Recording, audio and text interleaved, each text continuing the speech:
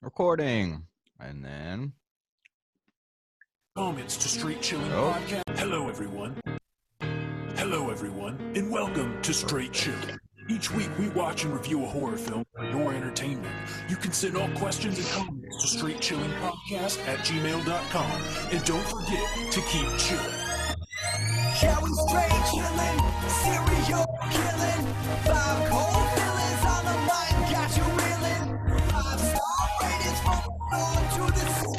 You get your 1-star, no time for feelings. Got a demon DJ, all the 1s and 2s. By the name of some so don't get confused. So grab a seat by the fire, roast them all with 2. And prepare to hear the legend of the Straight Chillin' crew. What up, nerds? Welcome to another godlike episode of Straight Chilling. My name is Bob, and I'll be your host for this evening. This is going to be episode number 244, recorded on Tuesday, December 10th, 2019. Tonight, we're going to be talking about Mother, which was chosen by our lovely Patreon supporter, Alex K. Big thanks and big shouts outs to Alex for the support and the love on the Patreon. Before we get into it, let me introduce everyone else on the show tonight. First up, calling in from Southern Korea, we got our boy, Soju. What's up, Soju? What up? It's your boy, Holly Jolly Stains. 'Tis the season, squad. I would like to go ahead and apologize. I totally ghosted the crew yesterday, so this is a day late. I apologize to everyone. Totally just sleeping in my bed while everyone else was ready to cast. That's my bad. Dreaming about Christmas yet to come, no doubt. Here it comes. Here it comes. Last but not least, joining us on the show tonight, making her triumphant return to the Straight Chilling crew. Everybody welcome Nicole. What's up, Nicole? Not much. Calling in from a different place. I'm usually in Florida, but tonight I'm in Arkansas. So I've escaped the hellish heat of Florida Christmas. And it's a lovely, 40 degrees outside, appropriate for this time of year. The high today was 83 degrees. Oh my God. I'm dreading that as well. I'm like going out, got my sweaters, got my coat, got my knitted caps, and it's just my knitted caps. Man, it's gonna start cooling off towards the end of the week. It's gonna drop down to, hold on to your britches, the 60s. Whoa. Welcome to the Weathercast. Yeah. Lovely. Nicole, before we get into it, why don't you take a moment to remind everybody about all of your spooky doings and where they can find you. You've got a podcast of your own. Yes. So I have the Chiaroscuro horror podcast. And unlike Straight Chilling, I do not do review. I always refer people to you if they want to hear horror review. Well, thank you. But it is a monthly podcast about, I pick a topic and then I discuss that topic in culture and then how that has influenced film. So it's a little bit of commentary. It's casual, but also I like to dig in a little deeper to the meaning of horror, because I think horror has a lot of really interesting and important things to say as a genre. And you can find me at chiaroscurohorror.com. You can find me on Facebook and Instagram at Chiaroscuro Horror, and I also have a Patreon.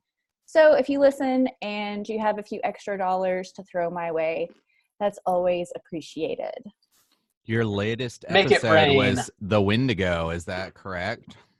Well, that is actually an old episode from last year. It is because I'm not doing an episode this month, and so I've been trying to share things from last winter.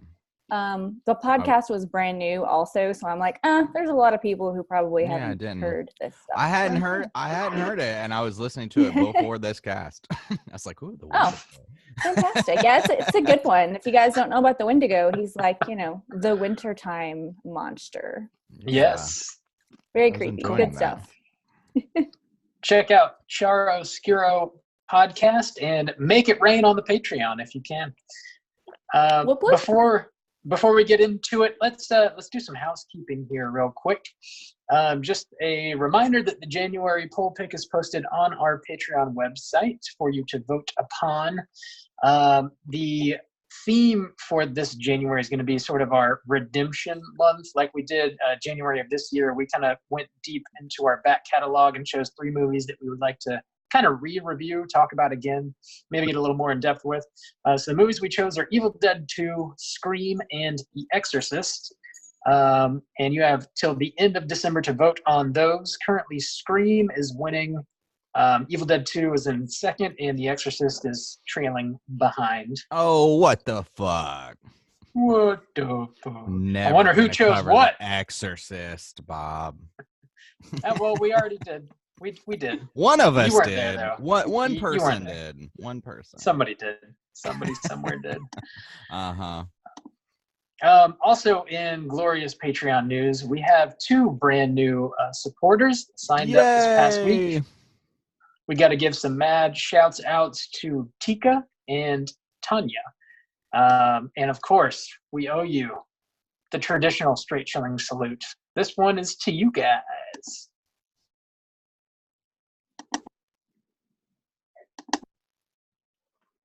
That is a bump I do not possess.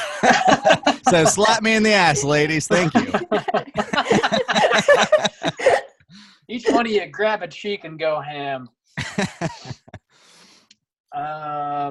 Justin, we've got a little thing going on called the Bracket of Blood. Why don't you give everybody an update?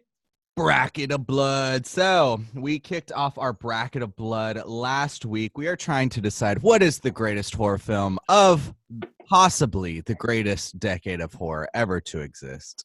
Last week was our Killers division. It consisted of 28 films. A lot of people voted. We appreciate you if you voted and shared our Bracket of Blood. The winners of last week's division were Get Out, Green Room, Don't Breathe, Midsummer, The Invitation, Hush, and Happy Death Day. So all of those movies will be moving on to round number 2, which will be starting in January. December, we will be covering all of round number 1. What is live right now? The Monsters division. So starting Monsters. So starting on Monday at midnight, we kicked off our Monster division. If you want to vote, you can go to straightchillingpodcast.com. There is a page there where it has all of these polls.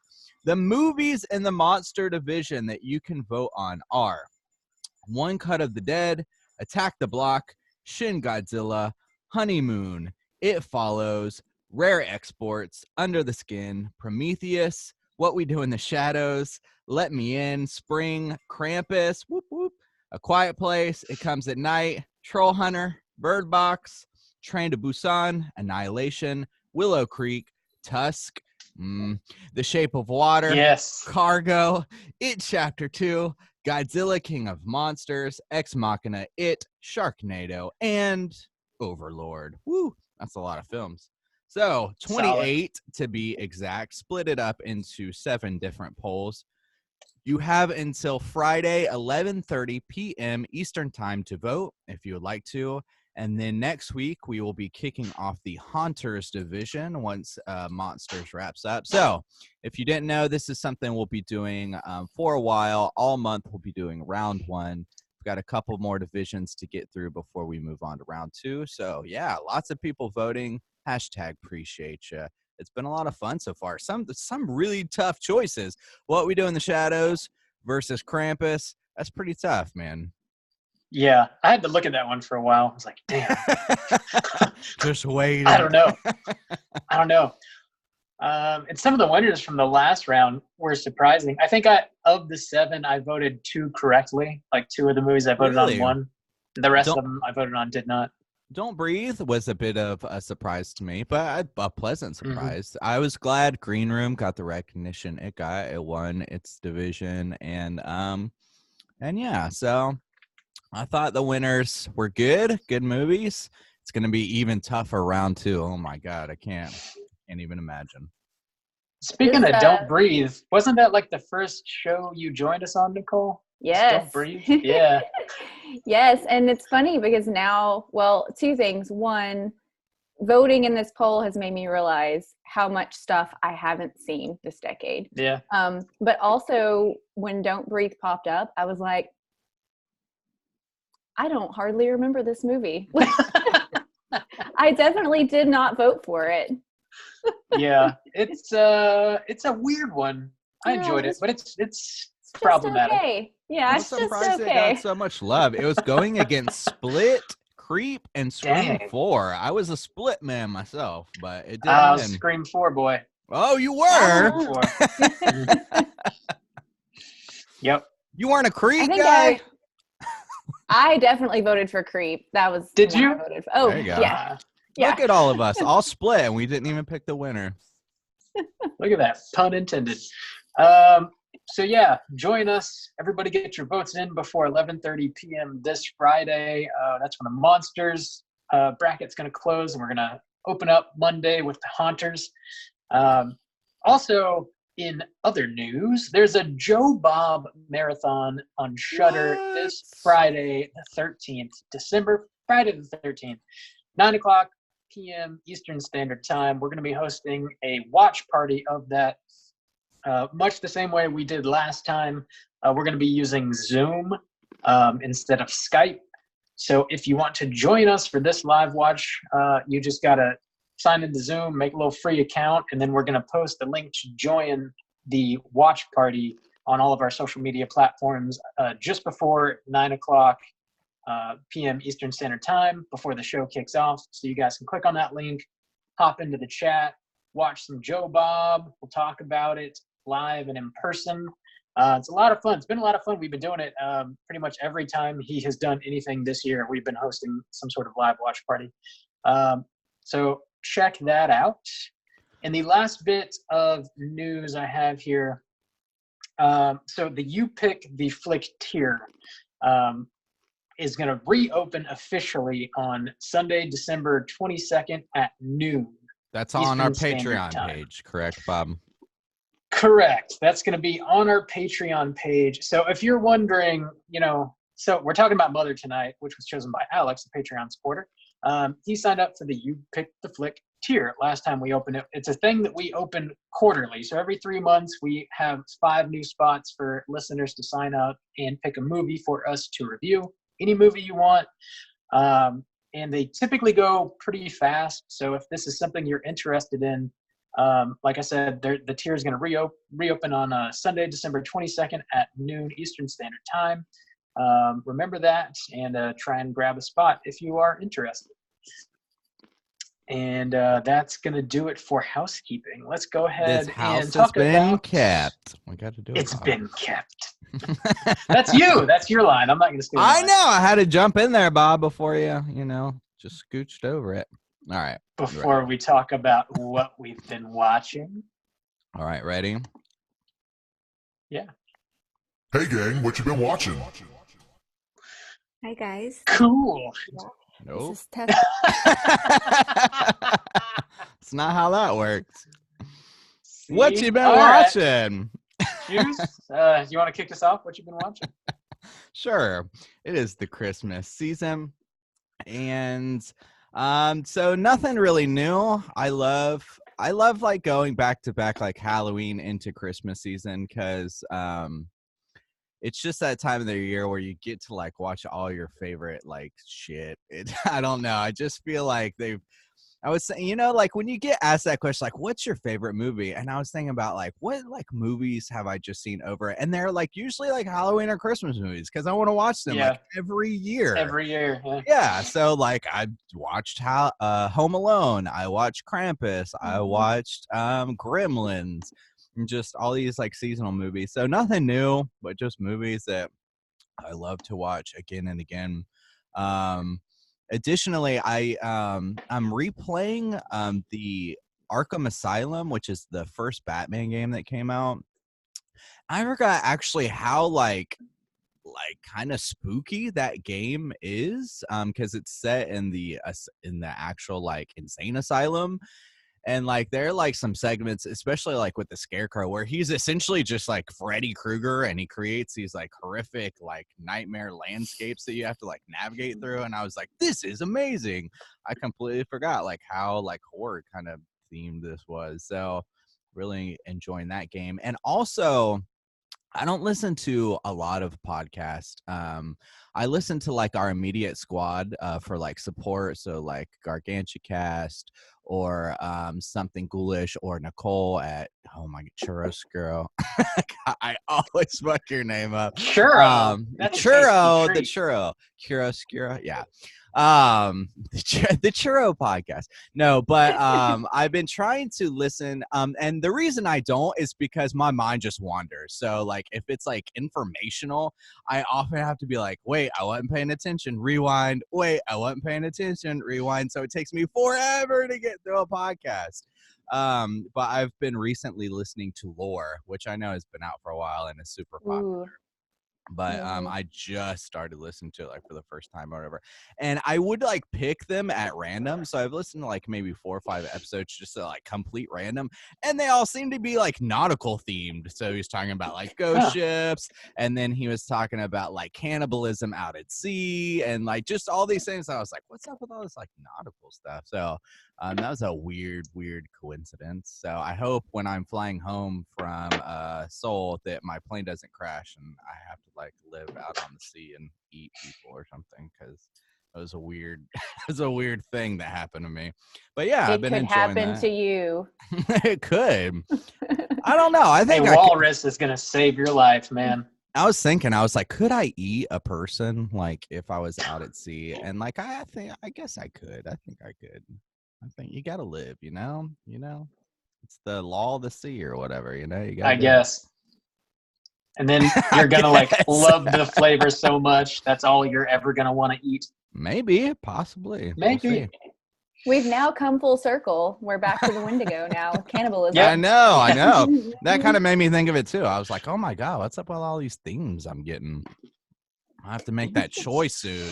Maybe I'm just being prepared. The universe is preparing me for this situation. Nope. Hey, Nicole, what have you been watching? Well, I'm pretty sure that last time I was on the show, we were watching MASH, and we are still watching MASH. That was That's a lot of MASH. Oh my Yes. God. We're on the second to last season and still enjoying it, but it's a long show. And we watch it like every night, pretty much. And so we're, like I said, we're in Arkansas, we're hanging out with family. So I haven't been able to watch a ton of horror. There's been a lot of like family movies. Like we watched Downton Abbey movie with my mother-in-law. We watched Ernest Saves Christmas with my family. Nice. I haven't gotten to watch Gremlins or Krampus. So like, Justin, I'm glad you're holding it down for us. Yeah, you got I don't know if I'm going to get to. Yeah, I don't know if I'm going to get to. Oh no. We'll see. But I did get to watch one Christmas horror movie before we left on our trip, and that was All the Creatures Are Stirring. You guys seen that? I've never seen that one. Really? Okay, it's a anthology, and I think I watched it on Shudder, but I don't think it was an exclusive. I'm not sure when it was released, maybe last year, but it was decent. Like, it had kind of a cool wraparound story. Like a typical anthology, there were good ones, there were not so good ones, but I felt like on the whole, it was pretty decent. Like, definitely worth, a Yuletide watch, especially if you've watched all the standard Christmas horror movies. I think it's worth checking out for sure. And then the last thing I've been watching is, everybody's been on the Disney Plus train, which I wasn't planning on hopping on the Disney Plus train just yet. And then my sister-in-law, it did. My sister-in-law was like, oh, well, I already made you a login and I have free subscription for a year. And I was like, I'm on it. So I've been watching the Imagineering story. And I mean, I'm a creative and I'm a Disney nerd. And every single episode of the Imagineering story, I'm like, oh, I need to go work at Disney. It's very inspiring. It's super interesting. If you are into Disney at all, or you're a creative person at all, you gotta watch it. I've heard that from a lot of people. I haven't signed up for Disney Plus yet, but I kind of want to, almost just to watch that, and also that Jeff Goldblum show. Sounds interesting. I haven't checked that out yet, but I want to. Yeah. So what is that show about? Is it about working at Disney? It is. So it's about the people who specifically are in charge of developing like the magic at the theme parks. So it's, creative directors and art directors and designers and engineers. And it's the people who are basically responsible for like bringing all of that, Disney amazing quality magic stuff to life and how they've done it and how amazing it is. And there's been like high highs where they were getting all the attention from the company and like low lows where the company was like, y'all are just weirdos in the corner and we're not spending money on you. And yeah. You weirdo creatives. Yeah. So it's just really interesting how there's this like little scrappy group of people who at the time, what they were working on, they didn't even realize that it was like game changing in culture. And now, you look back on what they did and it's like, oh my gosh, they had no idea what they were doing. So it's very inspirational. Cool.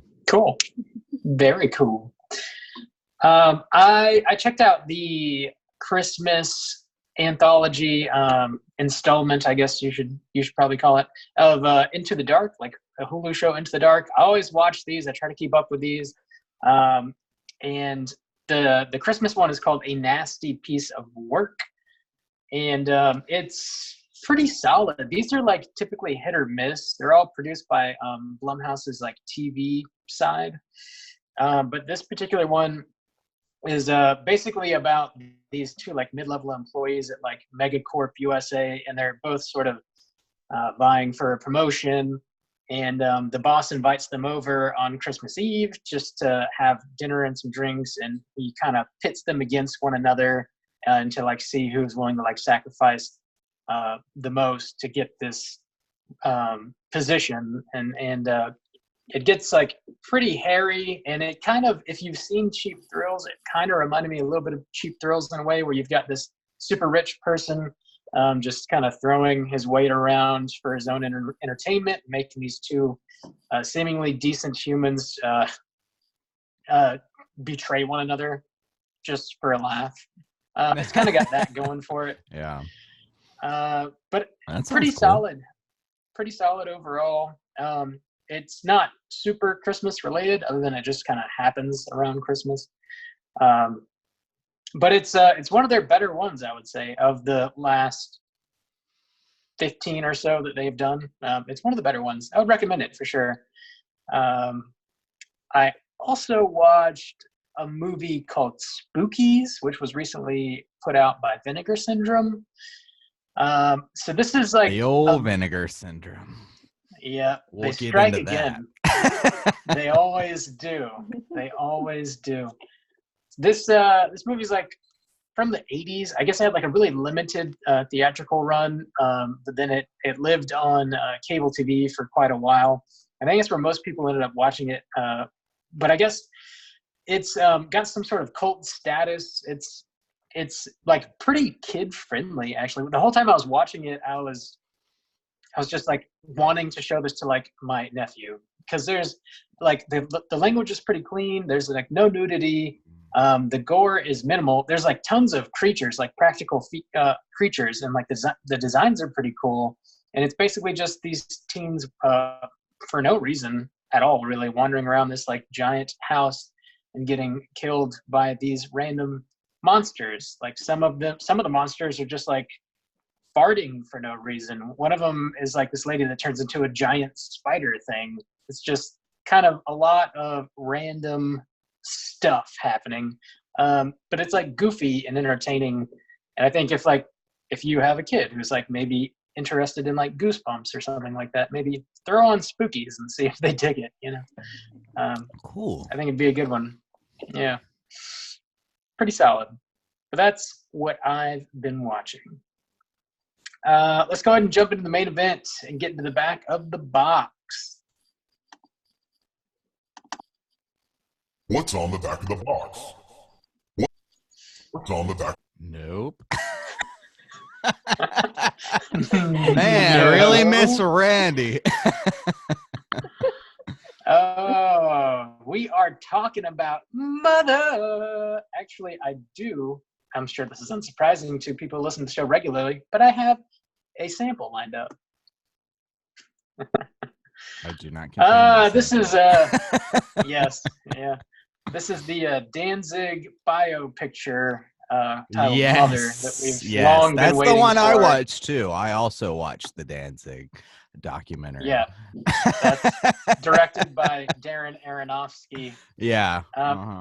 Casting Jennifer Lawrence as Danzig was bizarre, but I dig Brilliant. it. I dig it. Brilliant. Yeah. Bold move. Brilliant. 5 stars. So we're talking about Mother from 2017, directed by Darren Aronofsky, starring Jennifer Lawrence, Javier Bardem, Ed Harris, and Michelle Pfeiffer. The plot is as follows. A couple's relationship is tested when uninvited guests arrive at their home, disrupting their tranquil existence. Round table real quick. Had you guys seen this movie before, and would you recommend people check it out? Juice, why don't you kick us off? I had seen this once before. It was actually one of the first movies I watched when I came to Korea. I saw it in the theaters, and I hadn't seen it since. And the impression I got when I left that movie was I enjoyed the experience of it, or I enjoy. Well, I thought it was a well-made film, but I didn't really want to watch it again. Like, I remember specifically saying, like, I don't think I want to watch this movie again. Which, to be fair, like, can be consistent with some of his other films that I've seen. I'm torn. I like The Wrestler. I've never watched The Wrestler again. And I think it's good, but like, this dude like puts you through the ringer in all of his movies. Yeah. He just does. And Requiem for a Dream is another one. Somebody had mentioned just a week or two ago, like that was one of their favorite like top 3 films in our voicemail segment. I was like, it's a well-made film, but like I can't just be like, let's throw on Requiem for a Dream. My Mother's the same way. I mean, this movie, I think it's well-made. I think it's well acted, but it's a tough watch. I mean, emotionally, and it's purposeful that way. So I think it's a good film. I think you should see it once, and then you can decide from there. But I do think it's worth a watch for sure. Cool. Nicole, what about you? So I had not seen this before. It's something that I knew I was going to watch eventually. I actually have a good friend who's also a horror nerd with me, and just recently she was like, "You haven't seen Mother? Like, you have to see it." So, so when you guys asked me to be on, I was like, "Okay, well, I just need to make this happen because I need to see this movie anyway." And I knew that this movie had gotten kind of a lot of split reviews. Like, you saw a lot of people said it was, brilliant and whatnot. And then I know there was a lot of backlash as well.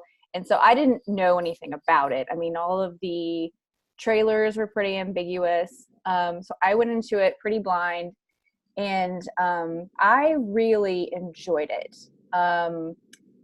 It, to me, it's a pretty intensely personal film for me, and I'll get into more about that later. You guys are you're gonna get to hear some of my personal stories on this episode. Good. Good. But I think it's probably really important that you have a woman on this episode, because it's so specific to kind of the female experience. Yeah. So anyway, I mean, I have to say that yes, I would recommend it. I wouldn't recommend it to horror normies. But anybody who likes, I wouldn't put certain people through this experience, but if you like serious horror that takes you to uncomfortable places, absolutely. And I will definitely be watching it again, because now that I kind of know what it's about, I'm interested to dig in and discover like more and more things. Now that I know what it is, I can start picking apart little things I didn't see the first time around. Yeah. Definitely. Yeah, I've seen this once before in the theaters when it first came out. And upon my first viewing, I wasn't a very big fan of it. A lot of it I didn't like connect. Like it took me a while after having seen the movie to kind of like figure out what the hell it was driving at. It just like felt sort of all over the place as I was watching it. And also like this movie made me incredibly anxious, like almost from the very beginning. And that like never left. I was so like just physically uncomfortable watching this movie. And we'll talk about all that stuff later, but it's just not enjoyable for me anyway to watch this movie. I would It's recommend funny. people check it out though. It's funny that you say that. I got anxious about rewatching this movie. I was like, shit, I gotta watch Mother again. And like Yeah. I was like, I gotta like prepare myself for this. Kind of sweating it a little bit. Yeah. That's definitely the intent of the movie though. It's supposed to make you feel uncomfortable. But it's one of those things that is, you probably won't throw on just any random afternoon. You know, you kind of have to be in the right mood for it. I recommend you check it out. It's incredibly well crafted, and just be aware going into it that it's not like linear plot wise. It's not crafted like a typical plot would be. So keep that in mind. But yeah, it's worth checking out. I'm gonna drop the spoiler warning, and we can go ahead and talk about finer points of Mother. Spoiler warning. Spoiler warning. You get two. Just in case. Just in Why case. not 3? You don't want Opt it out ruined. now. You were absolutely warned, so you know you can't say you weren't. So this whole movie is slim as far as like the cast goes. There's really like 4 main characters. I mean, well, I guess 2 main characters. 2 more come into play, and then there's sort of a large cast of extras that just sort of come in and out of the house. It's sort of like, it starts off with Bardem. None of these characters really have names, and they don't refer to each other as like with proper names in the movie. Javier Bardem is I just didn't called even the poet. notice that. Yeah, I people refer to legit him as didn't the even poet. notice that. Huh. Oh, this is really important actually. The way when you read the cast of characters, the characters' names are really important. Interesting. It's basically starts off with Bardem, and he has this like crystal in his hand, and he places it on a little stand on a mantle, and then the house that the rest of the movie takes place in sort of forms around him.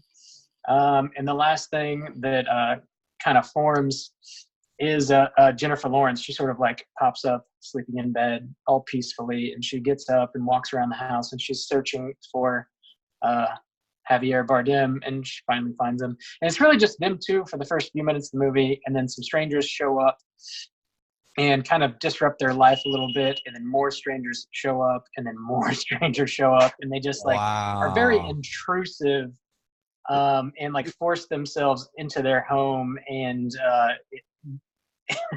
there's a lot of tension that comes from that. I think it probably would be a good thing to say, like in order to talk about this movie, it's a giant allegory. Mm-hmm. So like, yeah. So getting just that out of the way. let me read off how the cast is presented. Sure. Jennifer Lawrence is labeled as Veronica. I don't know what's up with that. But then Javier is him. What? She should She's be Mother. Mother. She's his mother. Oh, is She's not it? Veronica. Oh, okay. that's Whatever I'm incorrect. looking at is wrong. Okay. Javier. Mother, lowercase. Sorry. Javier is him. Michelle Pfeiffer, woman. Ed Harris, man. And then all these extras are oldest son, cupbearer, herald, younger brother, fool, zealot, counselor, damsel, wanderer.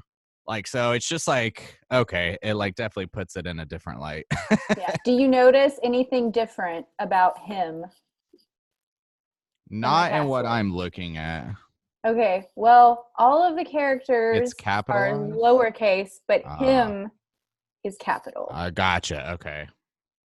which I don't know is why this super is important. Veronica. That's really dumb. They really fucked up on this. Yeah, somebody got some shit wrong. Veronica Ball. Yeah.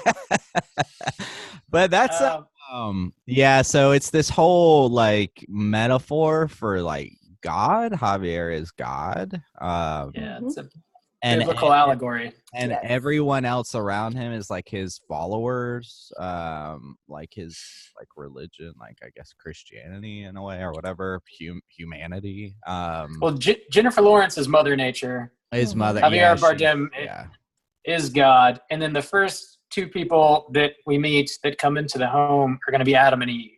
Yep. Which that's Okay. Ed Harris and Michelle Pfeiffer. And then their two sons come into the home, and one of them kills the other, Cain and Abel. Yeah. And then as you go throughout the movie, all these other characters do come into play, and like they most of them manifest after he writes his book, which would be the Bible. Yeah.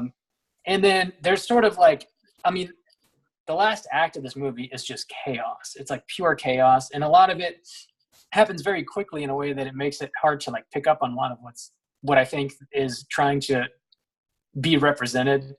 But eventually, Jennifer Lawrence does become pregnant, gives birth to a son, and that it would be Jesus Christ, who is murdered in a horrific scene, and like as an infant murdered. And then like immediately after that, you see like the Catholic Church form, and then they're like actually eating the baby, like communion. Yeah. like communion. All right, Yeah, we're but just they're, like, hopping. literally We're just eating the jumping baby. right into that. Yeah, so it yeah. covers so much. But yeah, what do you got? I was gonna say the first time, and how I would recommend people watching this is when I watched this film for the very first time, I knew nothing about any of it, like the plot or like the allegory or anything. And it wasn't until like I was finished and like kind of looked up, like there were things like obviously even towards the end where everything's like destroyed, like they say things like, who are you? And he's like, I am I, or I am him, or whatever. Yeah. Like, I mean, there are things where I was like, okay, this is, you know, some kind of like allegory about it, but it wasn't like so blatantly obvious to me the first time. Like obvious, I was like, okay, like, but Me either. Yeah. but when you experience it the first time, like you were saying, it doesn't narratively make sense, but at the first half kind of does. So like it starts off before he writes his Bible or wherever. It actually does have like this narrative story where it's horrifying in a very anxious kind of way, where these people just kind of invade this home, where it's like Javier and Jennifer Lawrence, and it's their home together, and it's kind of out like, you know, isolated, and this guy shows up one night and he thinks they're a bed and breakfast, or that's what he says, and then Javier like wants to invite him to stay because he's polite, and then Jennifer Lawrence like doesn't because she's scared he's a stranger or whatever, and then that dude's wife shows up, and then they kind of wreck the house and the kids come in. So like the first time I was just experiencing it from that like emotional level, where it was all about like the anxiety, and I think that's a good way to experience, because I felt like I could feel the emotions more purely when I didn't know like this is an allegory for the church or for God or for, Yeah. I felt like oh my God, that baby has been ripped apart and is now being consumed. And I wasn't thinking like, it's very like obvious, but like Oh, I it's wasn't Jesus. thinking like, Yeah. that's Jesus Christ and that's communion. I was just like experiencing the visuals I was given and this like the narrative I was giving, like from an emotional level, like purely.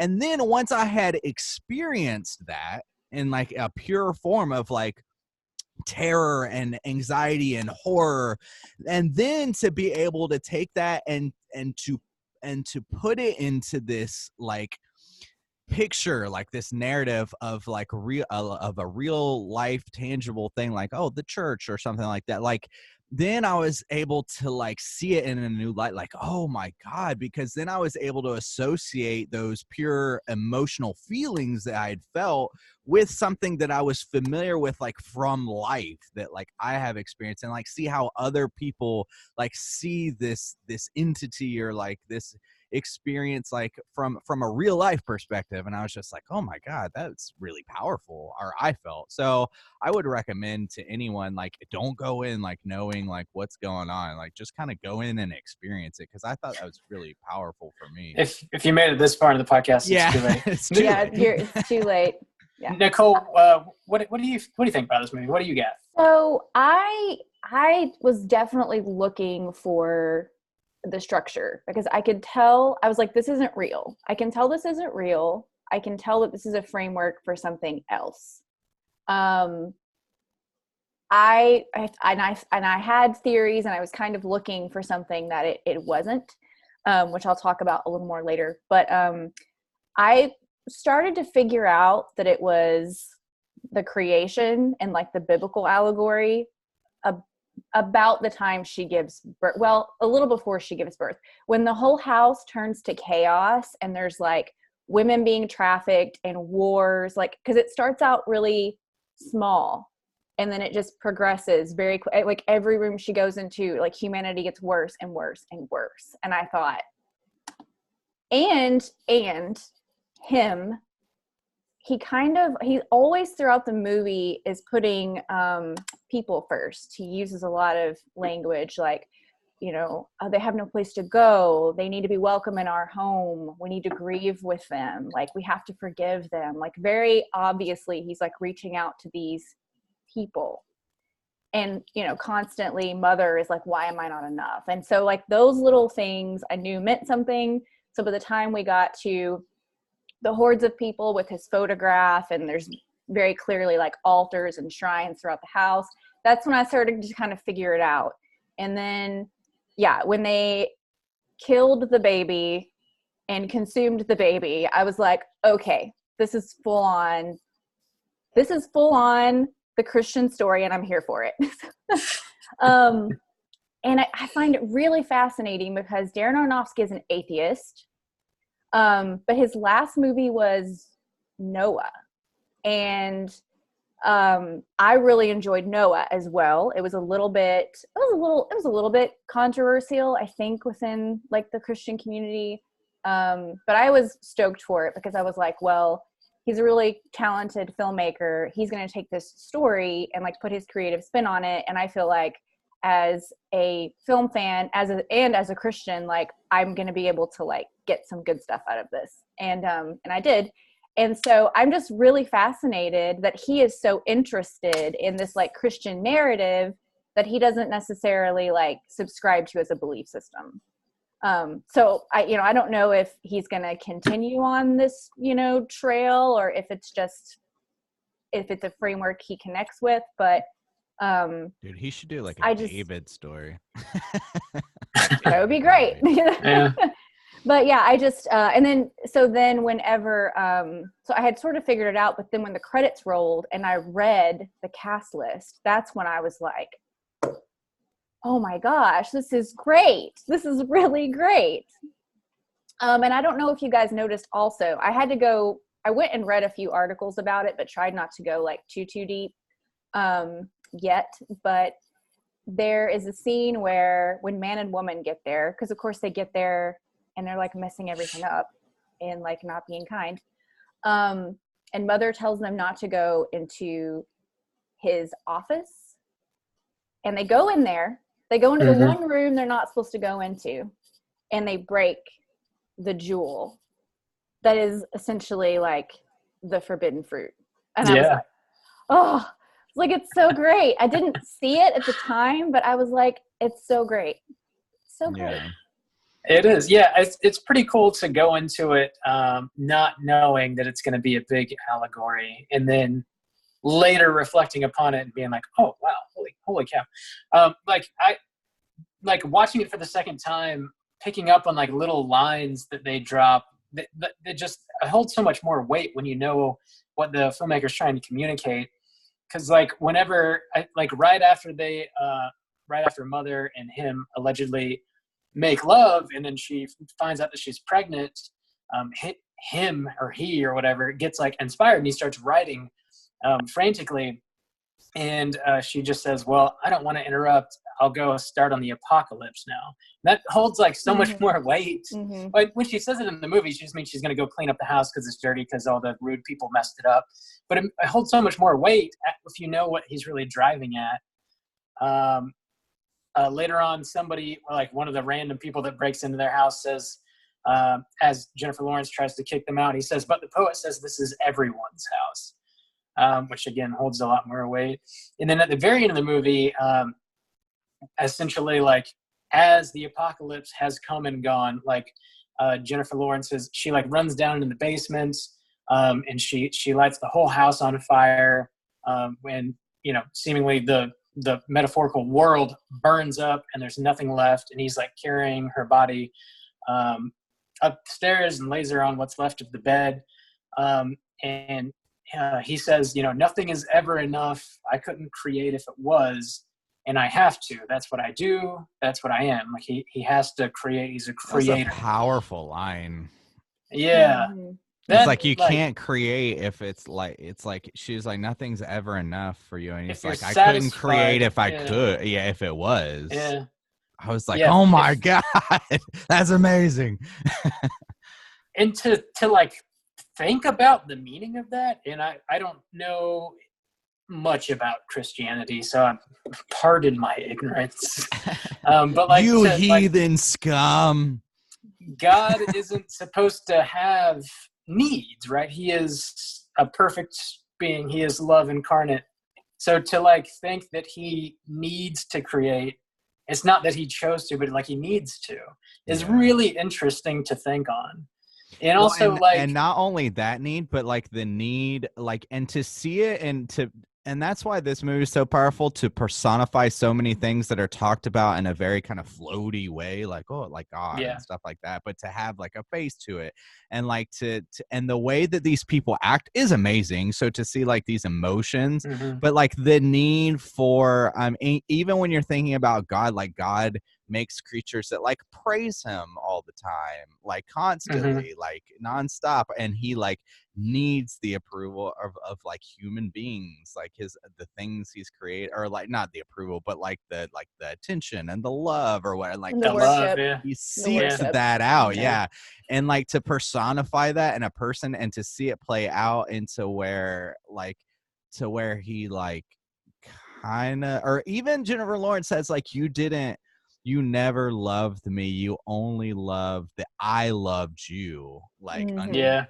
or whatever. And to see that personified was really powerful. And like I don't know, it's just really, really cool. Yeah, it's a complex view of God and Christianity. Like to say, I think that's a light way to put it. To say the least. Complex. I mean, I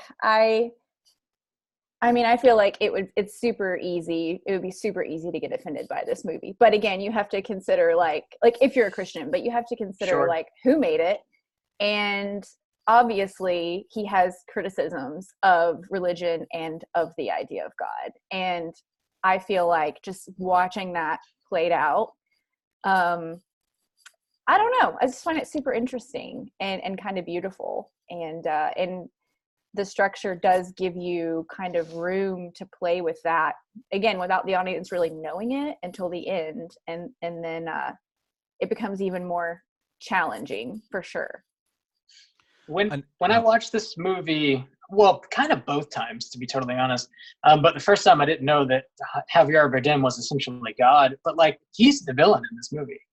Oh, like yeah. he is, but I wanted to touch on that a little bit because of the way they do the people, and obviously he is, but watching it the second time, obviously it's easier to like say fuck, Javier, fuck him or whatever, because the things he does is so egregious. But like Mother is very flawed too. I mean that's the two people that you're dealing with, like from their perspective, and she's actually flawed too, but it's in a much more sympathetic way. So like his thing has to do a lot with like his hubris, to where like he wants to create these things that impress all these other people, and he gets that adoration, and it kind of feeds off him, and he's willing to sacrifice Mother to get it. Like, you know, she's treated poor, like, you clean this up, but at the same time, she's like, if you take the allegory away and say, like, let's look at these like characters, and like as like a woman and like as a person, she has a bit of the same kind of hubris too, to where like she wants to be like, she is creating the house, so she's restoring it, and she's doing it for him.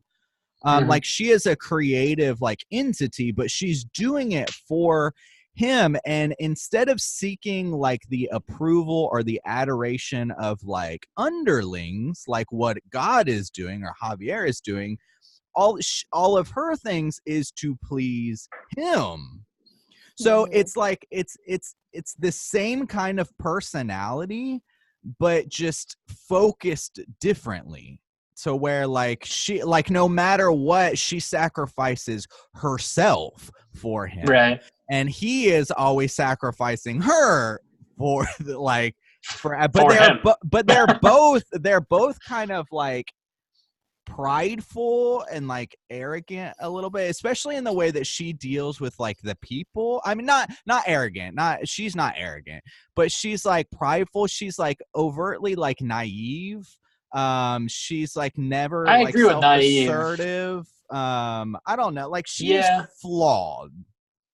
Yeah, but she's more flawed in a sympathetic, way that obviously. she's easily taken advantage of, and maybe doesn't stand her ground until it's almost too late, or when she does. Because honestly, like, throughout this whole movie, she's telling people to leave her house, but she's not the one they're coming to worship. Love for him, even by the time like the baby's born, like having any trust in him at that point is like ridiculous, because obviously people have invaded your house. She doesn't trust him because he she asks doesn't the baby, and she does not give it to him, but she falls asleep and he yeah, takes but that's like the final point, though. Up until that point, she's still really like relying on him, and like letting him into the room. But then it's not just about her, it's about the baby. So she will sacrifice herself, but she draws the line of herself. She does. I don't think she's as flawed as you're painting her to be. Yeah, not I perfect, don't know if like flawed maybe isn't the right word. Yeah.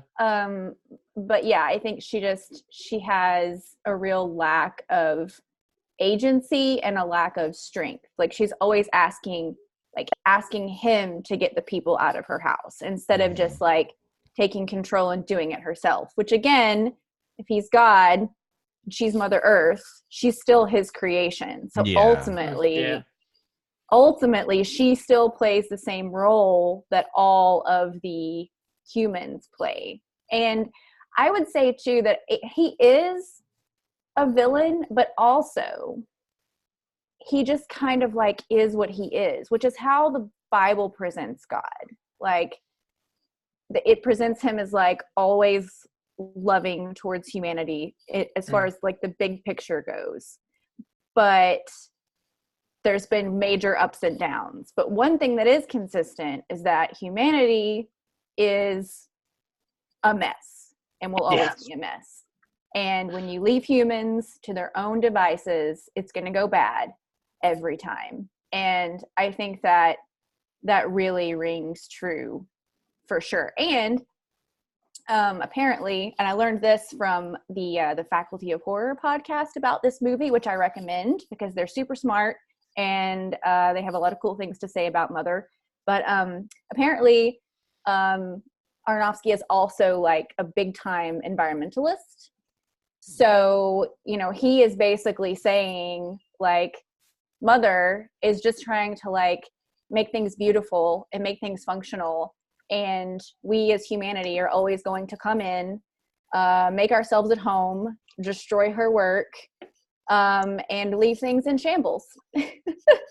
So, you know, again, it's very, I think, consistent with like the overarching message of the Bible. One thing that I didn't realize until I thought about it, by the way, did you guys notice that the people on the sink, people that kept sitting on the sink, and she was like, it's not braced yet, don't sit on it.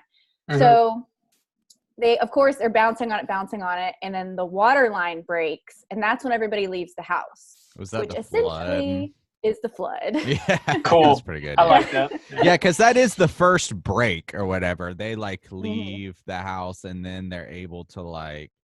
That's when they have sex and then she becomes pregnant Mhm. after the fact, right? Yeah, they kind of like. Yeah, so fight it's or like whatever. Yeah. Adam and Eve, or man and woman, Yeah. and all their people show up okay. and slowly cause chaos and water, and all of a sudden, him and mother are alone again for a while. And then Yeah. after they get pregnant and he writes his amazing book, all these people show up, you know. Yeah, Mhm. it's good. And among those people, Kristen Wiig shows up. Like, Yes. Yeah, Like, minutes. that is. Man, the cast in this movie, like great people just keep showing up in this movie. yeah, It's crazy. yeah, she's like his agent. I looked her up on IMDb, and she's listed as the Herald. Mhm. So I guess she is helping spread his word, shout his word, as his agent or publicist, which kind of makes sense, I guess, there. Yeah. But she, I mean, towards the end of the movie, she just is like executing people, and then she gets blown up by a bomb. It's like there's like literal war happening in this house. Yes. It's insanity. Yeah. I like seeing her though. I like Kristen Wiig. Yeah. It was Yeah. a great, like in this super serious movie, having somebody like her in it, I think was a Mhm. nice little like plot twist. Yeah, It's fun. I It's agree. funny to like compare those two things to where like the first half of this movie I was saying is like more tangible, and it's funny to say like, oh, it's like it's bad, and you're like from her perspective, especially God, like even Michelle Pfeiffer like does an amazing job as like woman. I'm just like, Mhm. fuck this bitch. If like this was my house, I would be throwing that chick out or whatever. But like just from the perspective of like you're like, this is a mess. But in comparison to what happens in the second half of the movie, even like just like story wise, you're like, if you could just take the first half of this movie like without the allegory, like that could be like, you know, a movie. Like, oh, people come in, they're like I wrecking thought the it house. was like, going to be a cult. I thought it was going to be a yeah, cult exactly. movie. Like it could get like if you took the God as that story could go a bunch of different places as just a Yeah. tangible story or whatever. But and you're like, man, this is bad. But then to compare it to like what to just the utter like literal war and people tunneling through, and you're like, Mhm. oh my God, let's go back What to the is first happening? half. Back to the Yeah. first half. Where shit Yes. made It just sense. gets worse, Yeah. worse and worse. Yeah. It's So- and that's what, and not knowing that this movie like anything about that, experiencing that the first time, I was just like, what the fuck is going on? Like once like war breaks out in the house, you're just like, oh my God, what am I like experiencing? It's a crazy emotional roller coaster, man. It is. So we have to talk about the like female issues in this movie and what I thought it was going to be. Let me offer So- a female perspective real quick. just kidding. Yeah, Oh. take it away. Please take it away. Nope, I'm not jumping no. on that. So I when I first started watching it, like I said, I could tell that there was something else going on. And I thought, my initial thought was, okay, this is like a Rosemary's Baby situation. Mm. Because these people are worshiping this guy and they're just showing up out of nowhere, and poor mother is getting gaslit like Rosemary, but she wasn't pregnant yet, so I was like, I'm not sure how this is going to work out. But I thought that maybe she had like possibly had a miscarriage and was like having like fallout from that. Or I thought, well, is she like dying during childbirth, and like at the end of the movie we're going to see her in the hospital. It's going to like take us to the hospital, and this has just been in her head. All this stuff has been in her head. So like these random people popping in, because Man is a doctor. I don't know if you remember or not, but Man is a doctor. Yeah. And so I thought, okay, is Man like her doctor? And then like Woman just like magically shows up and she's like, did you know this guy had a wife? And I was like, is that like a midwife? Like, you know, is she like dying in a hospital bed Okay, giving yeah. birth right now? Okay. That's what I Good thought. thought. Yeah. Nice. because this is where, and I told you I was going to share personal stories. So I went through a miscarriage about 6 years ago. And so ever since then, I've been way more sensitive to just pregnancy and childbirth and infant loss, like all those kind of like themes in film in general. So I just naturally sort of like picked up on that stuff. And especially when she's like, after a man has like been in their bathroom and the toilet's clogged, and she's like plunging the toilet, and there's this like mass in the toilet that like squirts blood out into the toilet. Ooh, I was like, Mhm. man, I don't know where we're going, but I was like, there is like some serious female trauma, childbearing stuff going on. And so even though that's not ultimately like what it's about, I feel like sort of all those things are at play. And just the idea of, you know, it seems like she's going insane. That's what you think.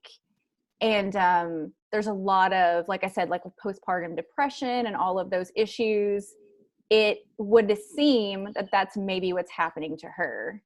And there is a story, and again, I did a little research and found this out, but there's a story called The Yellow Wallpaper. Was written by a woman in, I think, the 1800s. And it is about a woman, let me see here. Let's see. It's a work about a hysterical woman whose physician husband confines her to a room in their home, driving her slowly insane via infantilization. So this woman is just in her room, and she basically starts like seeing stuff in the yellow wallpaper. And apparently that story was a big influence on this movie. And if you'll notice, the color yellow is a big deal. Like, she's drinking that yellow liquid. She's literally painting the walls yellow. So there's the biblical allegory, but then there's this whole other layer of like just being a woman and motherhood and all of that stuff. And I think that's what I'm most interested to like watch it again and figure out like how those two things play together, and like being a creator, being a woman, being married to a creator, how all that works together. Like, I don't know exactly how it all fits, but like there's bigger stuff I think going on in this movie with all of that. That was definitely something that puzzled me when watching this movie. Is like, what is that bizarre yellow liquid that she's drinking? And then once she does actually get pregnant, she pours the rest of it into the toilet and flushes it. And I was like, what? Because the second time I watched it, like I a was way like, for Bible. her What does to that mean in the Bible? keeping her from like not get pregnant. That's what I thought it was. Yeah. I thought it was like a way for her to like some. And then that thing in the toilet, I was like, is there a creature hiding like in the pipes, or like what is going on? But that makes a lot of sense, actually. Thank you for that. Well, thank you for sharing. Apparently, I guess Darren Aronofsky like has he knows what the yellow powder is, but he said that he won't tell anybody. So there are a lot of theories out there about it. There's some really interesting ones. So I would encourage you to go down the rabbit hole about what the yellow powder means or is. Yellow Powder Rabbit Hole, band name. Yes. Cool. So anything else you guys want to touch on before we give our final ratings on Mother? I just like we like mentioned it, but like the baby scene is fucking like what happens. She finally gives birth, and then that's finally the point where like she turns kind of on Javier himself. Like up to that point, she's like giving him all the slack. She's like really kind of like bending to his will, or at least like pleading with him, like please kick everybody out, or please like don't do this. Once the baby's born, though, she turns on him, and like he wants to like show the baby like to the masses that are waiting like outside their bedroom door, and she's like, no, I'm not giving you the baby. I'm not. But like she's stuck. She can't get out of the room. She can't do anything. So once she falls asleep, he takes the baby and gives it to the masses. And there's a scene where they're like fucking crowd surfing this Yeah. newborn Yeah. baby, literally just like passing it through the ranks, and then they like break it in half. Like you hear like the snap, and then once she's able to like get to the thing, there's this brief like priest or whatever. He's like, he gives the same speech that Javier gave at the son's wake. So they ask Javier to Yes. speak at the son's wake, and the priest, so like as like the church are like giving the same like, oh, don't mourn, he's with like God, or like what, like this whole like kind of bullshit spiel. That like, was brutal.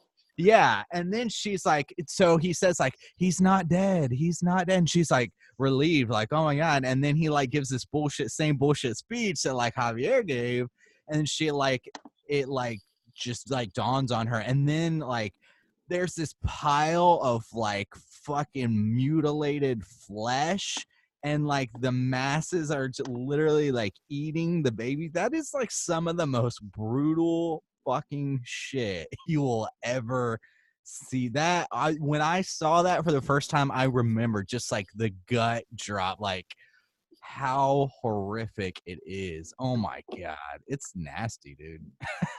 I think Even- for me, like I had, like I said, I had sort of figured it out by then. So I was like, I knew that was going to happen. So I think Yeah. when I saw it, I mean, it was more graphic than I expected it to be, but it didn't really shock me because it's when they're in the room, like right after she gives birth, and he's like, oh, the people just want to see him. Like they want to see our son. I was like, oh, okay. I know where this is going. Yeah. Sure they do. Oh, Even Javier. after that, mother kind of gets assaulted, and they just, everybody gangs up on her, starts beating her up, and then Javier like runs in and kind of knocks them off of her, and they have this conversation, and he's, even then, after the baby is dead and after they almost beat her to death, even then he's like, we have to find a way to forgive them. Mhm. And maybe like this, what has happened could change everything. It's like, Yeah. man, this dude is crazy. Like, Well, yeah, because they're like crying, and he's like, see, they're mourning, see, they're sorrowful. And like so Yeah. many times too, we talk about like that whole like the politeness in horror, like, and how it gets you like it gets you killed. Yeah, it gets you killed most of the time. And now there's, God, I don't know how this always happens, but another thing I like about this movie, and I mentioned it like a little bit, but it reminded me of this fucking scene in, especially that scene we're talking about right now, in Sunny in Philadelphia, where like Always. I think it's Always. like Charlie or Dennis is talking to Mac, who's like super Catholic or whatever, and they're breaking it down, and so they're like just painting this like very realistic picture of like Christian beliefs, and they're like, so you think Jesus Christ comes back to life every Sunday in the form of a cracker, and then you all can like like eat him like it's body, and like just painting it in such like a picture, like just like black and white, Literal. yeah, very literal way, picture yeah. is like, it's like when I watched this for the second time, the first time I was like absolutely mortified, but the second time that popped into my head, that scene where they're talking about like, you think Jesus Christ comes back every Sunday in the form of a cracker, and then you eat him, like, and just like painting some of these like Christian beliefs, like I said, like you talk about these things and they're like in this like metaphysical realm, like God and like all these things, but to like see them in like tangible forms, like people are eating this baby, or like the way Javier, like just like seeing people's emotions on their faces, it really paints things that are usually thought of or discussed in like this kind of outer realm, like it's like it makes them grounded, and it makes you be able to like understand and relate to those things, I think, in a more like human nature. I don't know, I think. Mhm. Yeah. I agree, and I think that's why I really like it. Yeah, You know. yeah, me too. Yeah. Just to touch on the very final scene of this, and then we can get into our ratings. After the house and everything is burnt up, he's talking to Mother, and he says, you know, I need one more thing. I need your love. And then he rips her heart out of her chest and like peels away, because the heart's like kind of burned, kind of peels away the burnt stuff. And it's the crystal from the beginning of the movie that was broken. And he walks over to the mantle and sets the crystal on the mantle again. And that's when the credits roll. And it basically alludes to the fact that this whole affair is going to repeat. And it's Well, no, kind of there's an a new endless woman. cycle. It Yeah, does it's a new start to woman. regrow. Yeah. So like the house, like Yeah. just like the beginning of this movie, and there's a woman that looks like just like Jennifer Lawrence, but she's a little bit different. And she like turns Yeah. around and like it starts to play out like that first scene, like exactly the same again. And he begins to create. So that's how the movie ends. And Let's go he ahead and rate says something this. too, like he says like let's try this, or like maybe I can do it this time, or something about like knowing that he has failed like many times or something, and then he's gonna try again, that's like to do the same exact thing. I mean, that's what it like Which makes alludes makes you wonder, like, does it play out exactly the same way every time, or Yeah. did we just watch what we know, Mm-hmm. and then the next time he does it, it'll still Different, end yeah. in a dumpster fire, but like it'll play out Yeah. differently? Yeah. That's interesting to me. Yeah, it he kinda does made me think of the explain- Matrix. He does explain earlier in the movie that he lost everything that he ever had in a house fire, and then the crystal was the only thing left. So this has happened at least once prior, we know for sure. But like, how many times before that potentially? It's a interesting thing to think on. So out of 5, let's go ahead and rate this bad boy. Justin, why don't you kick us off? How do you feel about Mother? Man, this is tough. I've really enjoyed talking about it though, as much as I like dreaded watching it again, and it was tough to watch it again. I mean, even though I knew all the beats of it, it was like, especially the second half is more just like wild and stuff, and but the first half, like, really, like, that shit I hate, and most people would. People barging into your house and like tearing shit up, and like you want them to leave, but you can't get them to leave. Like, the shit like gave me like real anxiety, and so even though I knew all the beats of this movie, it still affected me like deeply. Like, it was difficult to watch. So in that kind of aspect, it doesn't have like a huge accessibility. It's really brutal, but it's like brilliantly acted, brilliantly filmed, and crafted. Just talking about it, and like, and I don't how the pure like emotions that I'm able to feel and then attach to something that I've grown up with kind of my whole life and reflect on that. It's definitely like gives you so much to chew on after the fact, which is I really appreciate. Makes it like really difficult for me to rate, because again, I don't ever want to watch this again. I don't want to like, I just don't. I don't want to watch it anymore. Damn shit. But it's good. It's like just in its art form, it's like really good. Shit. Oh man. I'll give it a 5, I guess. I can't really knock it for anything except the fact that it like drives me crazy, but it's supposed to. It's like supposed to. Yeah. Like it's what he intends. He doesn't want you, like, which is weird to think. And also too, something we didn't quite touch on that I appreciate is like, because it's told kind of, I mean, it's linear, but like I feel like it's a story that's told more through emotions than it is told through like a traditional story sense. Like, Yeah, that's a good point. You have a beginning, middle, and end, and these people go through this arc. And so it's more of this like emotional journey, and it's a rough emotional journey, but it's a different way to tell a story. And because it's not the traditional way, it feels like your body almost fights it a little bit. Well, no, that's not like how you tell a story. Like, just how we're like, I don't know, we're designed to interpret information. But I don't know, I think it's actually kind of brilliant. So fuck it, 5-star. Mother. Right. A fuck it 5-star from Juice. Nicole, how are you feeling out of 5? So I've been thinking about this for a couple days, and I'm like, oh gracious, what am I gonna rate this? um, Basically, same thing Justin said. I mean, it's beautifully shot, beautifully acted. I mean, it's chocked full of meaning, which I'm really, really a sucker for. Um, and also to add to what you were saying, Justin, about telling a story in a different way, like it just came to me that even that's kind of biblical, because Jesus would tell parables in order to get at something else. He would tell a story that seems like it doesn't have anything to do with what's going on, but it gets right to like the heart of what he wants to say. And I think that this movie is very much like that, and I appreciate that. So I don't know if I can give it a 5, but I will give it a 4.5. My only criticism, even though I love a good metaphor, I do feel like this movie is a little bit too on the nose, like one-to-one metaphor.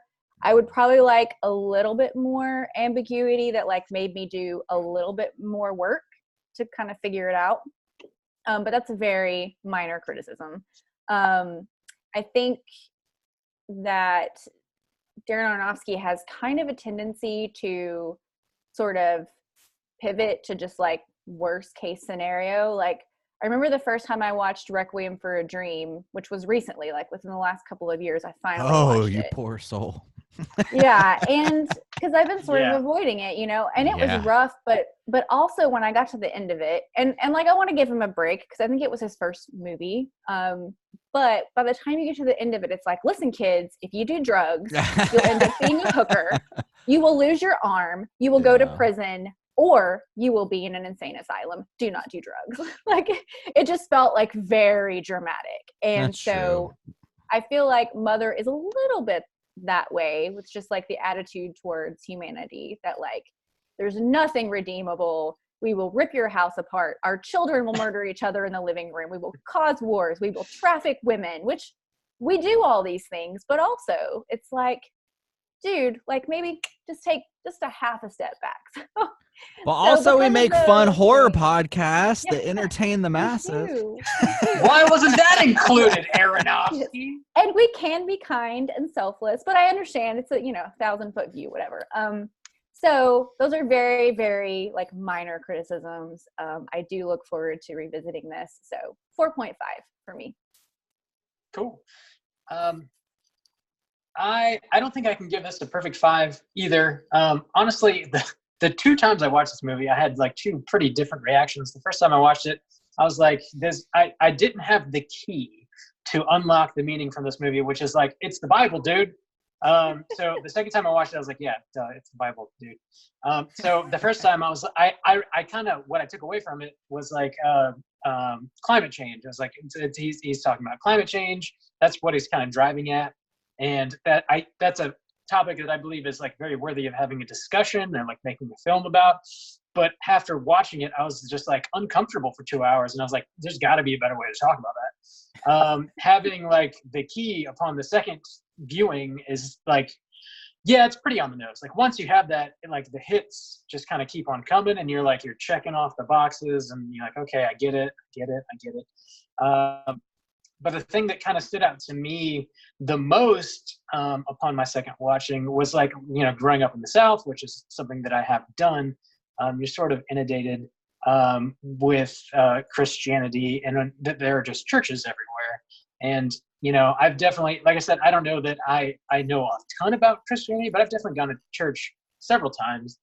And like, when you discuss God, it's never in a way that like makes you ponder his motives, or the fact that he even has a motive. Like it's just very interesting to watch them take God very, very literally and put him in the form of a man and just say, okay, let's have a little experiment. Let's see what happens. Let's drop God in the form of a man in this movie and just kind of let God be God and create. And it's just sort of a different lens to view the Bible through in that way, I guess. And that, yes, he is all about giving and sacrificing for the people, but is there a certain line that gets crossed where maybe he's giving too much? And like, is there a line? Is there any sort of negative effects of that? Obviously, he has sacrificed in context of this movie. Now, he's sacrificed everything multiple times over and over again, and it's not because he chooses to, but he has a general like need to create. And I just think it's just interesting to see the Bible through that lens, because it's something that is, from where I'm sitting, not a typical way to look at it. I don't know. It's interesting, and I think this movie has layers and does warrant multiple viewings. Just they're all going to be very uncomfortable viewings, and I think primarily because of that, I'm going to give it a 4, because this movie is just like so damn uncomfortable, which I get is the point.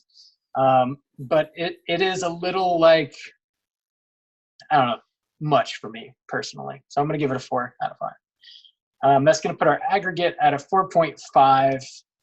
And let's go ahead and jump over into our Rotten Tomatoes segment and see what the critics and users think about Mother.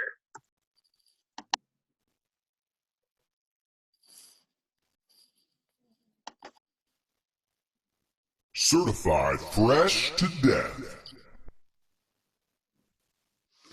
All right, let's hop into our Rotten Tomatoes segment. We are talking Mother from 2017.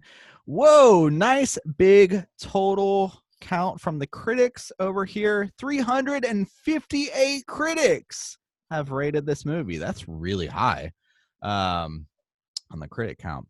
So we're going to go around the table, and everyone's going to try to guess what they think the critics rated this overall Rotten Tomatoes score. Let's start with Nicole. Nicole, what do you think the overall score on Mother is? Oh, geez. This is really difficult. Like, I feel like Aronofsky always gets, like, the acclaim, but also I know people hated this movie, so I'm going to say 60. 60, okay. And Robert? I think if I had to guess, more people like it than they hate it, but it is definitely polarizing. I'm gonna go a little bit above Nicole and roll with a 69, please. 69 straight chillin' spesh. Bob is gonna take it with Ooh. the straight chillin' special 69. It is 69, Get out of town. Bob. It is 69%. Wow. All I had to do what was are the talk about a odds? Bible movie and That we're is 69 in. hilarious. That is hilarious. This poster on Rotten Tomatoes is really cool. It's just Javier. He's sitting in a chair and he's holding a sphere, maybe the world. I don't know. in Is his it the one with hand. the flames? And the flames? Oh, Yeah. Yeah. Looks like painted or something. I don't know. It's kind of hypnotizing me. The critic consensus for Mother. Podcast. The critic consensus is there's no denying that Mother is There's no denying that Mother is the thought-provoking product of a singularly ambitious artistic vision, though it may be too unwieldy for mainstream taste. You fucking normies can't get it. Yup. Can't get it. You can't get it. So yeah, 69. It is not certified fresh. I don't know. It's fresh, but it's not certified fresh. So maybe 70%. I don't know. I really need to lock down what makes certified. One of these years. One of these years. It's not like we've been doing this for 5 years. Jesus. Let's jump into the audience score. Oozer ratings. 24,499 oozers have rated this movie. Bob, I'll let you go first. What do you think the oozers have to say about Mother? Mother, probably a little bit lower than the critics, maybe. I'll go with a 65. 65. Nicole, how you feeling on the oozer ratings? Yeah, I feel like they probably liked it less than the critics. I feel like they probably got to the end and they were like, it's the Bible. Lane. So I'm gonna say like an even 50. I think this movie just split people right down the middle. 50. Whoa, what a week. First, Bob nailed it with the 69. Now, Nicole nails it with a 50%. It is 50%. Yeah. Torn down the middle. 50% on the audience Dang. score. Yeah, I mean, it's not an accessible film by any means. No. It's just well crafted and well acted and well thought out. So I mean, it's like, gotta respect that. But I also would feel like- never I would never I like think- knock anybody for saying like I hate Mother. I'd be like, I liked it, but I could completely understand that. Like it's not one of those People movies don't- that's like I can't imagine people hating it. It's like, no, that makes sense. People don't like it when like they think a movie is one thing and then it ends up being something else. People get True. real upset about that instead of just like being along for the ride, you know? Yeah. It's like you tricked me, you son of a bitch. Yeah. I'm looking at you, The Village. Everybody's like, ugh. Well, okay, yeah. I understand that. Fucking shit. I'm a Village apologist. So. It's actually pretty good. It's not as bad as It's- you might recall it being. It's Watch pretty it again, Actually, man. I tried to rewatch it, and I thought the dialogue was actually kind of bad. just from a craft standpoint, I was like, actually, Aw, this it's is a little kinda over the sweet. top. It's like pure. Sure. Shyamalan Makes just sense. keeps losing points from me. I used to apologize a lot for that, man. Oh, I have to go off on a rabbit trail for a second because Okay. I don't think I listened to this episode because I'm behind because you guys are so ahead of me. But like, you guys hated Glass, right? Didn't you guys hate that Oh, movie? yeah, we hated Not a it. fan, yeah. Okay, because It's in I've heard Rob's nothing top 10 good about now. it. It's in Well, Rob's I- top 10 of the year. Right up there with Creep. Yeah. Right. So I had heard nothing good about it, but David, my husband, loves Unbreakable. It's his favorite Shyamalan movie, and he really enjoyed Split, which was like a perfect crossover for us because like I like Yeah. horror and he liked Unbreakable, so it was a good movie for us. And so he really wanted to see Glass, and I was like, okay, well, I was like, I haven't heard anything good about it, so like whatever. So we watched it, and we both enjoyed it. And I actually thought the ending was super appropriate and was kind of perfect for the story. And I don't know why people hated it. So Huh. there you go. We should have had you on that show so you can like explain your thoughts because I don't get it. I don't Yeah. get it. Yeah. We have So- several friends who like really enjoyed it too. I think Brad's a big fan of Glass. Or well, a fan Brad of is Glass. wrong. Not a bit. Yeah. So yeah, you're not Brad, alone. you're You're wrong. not alone in your principles. Just the Straight Chilling Crew is not about it. No. Didn't Even land. though it is in Bob's top 10 of the year, right, Bob? Top 10 of Oh, 2019. Go ahead and pencil it in sweet, December sweet 2018, right? Sweet Lord. I need to go back and listen to that and see what my actual top 10 is. Most of the movies that are on there probably I didn't even know were going to be coming out this year. It doesn't even matter. Except Anyway. for Glass. Randy's not here this week, but I got a little bit of trivia we can bang through real quick. Oh, So one let's second. do it. It's totally time for trivia. It's totally time. Totally. It's totes time for trivs. Okay. Throughout the entire movie, no one's name is ever mentioned, and not a single character is ever referenced to by any name, which I already mentioned. I There's never no noticed musical that. score. Even in the second viewing, I never noticed that. That's nuts. Did you notice there is no musical score in the film? I didn't notice that either. No, I I did, did not. Well, there is no musical score for the film. There you go. This is kind of an interesting, moderately long-winded one. So the movie's marketing team came under a good amount of fire after they hired an artist to paint a mural of the film in Sydney, Australia. Apparently, the mural covered up a 20-year-old painting by a local artist depicting animals in a cityscape below the words, "It's like a jungle sometimes." This line refers to a song by Grandmaster Flash and the Furious Five. Darren Aronofsky was embarrassed about the mural being painted over because it was so historic, and he apologized on behalf of the ad agency.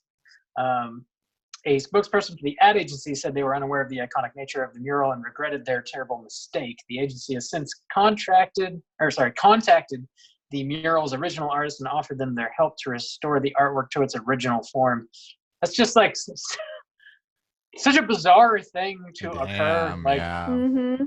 to just like if you're Darren Aronofsky, you have no idea what this ad agency is doing on your behalf to promote your movie, and they just like totally ruin this beautiful mural that's been there for 2 decades, and you're like, why? I don't know. I guess that's what happens when you're wearing the big pants. But the big old also, pants. like, good for the agency to have such a great idea, because all of the artwork, like Justin was mentioning, was really beautiful. Like the main poster is like her and like basically the Garden of Eden. It's very beautiful. So like good for them for thinking outside the box, but maybe do a little more research. Maybe a little bit more. Also, good on them for like apologizing and going out of their way to try and like make it fix right it again. Yeah, so that's probably that's good. expensive. Probably. The Golden Raspberry Awards, which I've never heard of. Are you guys familiar with that? The Golden Raspberry Awards? Yeah, the Okay. Razzies. Oh, that's what I know. The Razzies. I've never heard the Golden Raspberry Awards. No, the first time I heard it called that, I was like, oh, okay. So connecting the dots. Mhm. So, the Golden Raspberry Awards, aka the Razzies, which they give. They're like the opposite of the Oscars. They give out awards for movies for like being the worst of blank. So they received some backlash when they nominated Jennifer Lawrence for Worst Actress, and also nominated Javier Bardem for Worst Actor and Darren Aronofsky for the Worst Director for this film, which that seems silly to do. Yeah. Even if you don't like it. What do we got? There's a recurring theme of yellow. Oh, you already touched on that, Nicole. I will not need to speak on it. The film apparently received both boos and a standing ovation during its premiere at the Venice Film Festival. Very polarizing movie. That's how you know you did it right. Yeah. I say. People are reacting, and that's the whole point of it, right? Jennifer Lawrence got so much into her character that during the climactic scene, she started hyperventilating and even cracked one of her ribs. Whoa.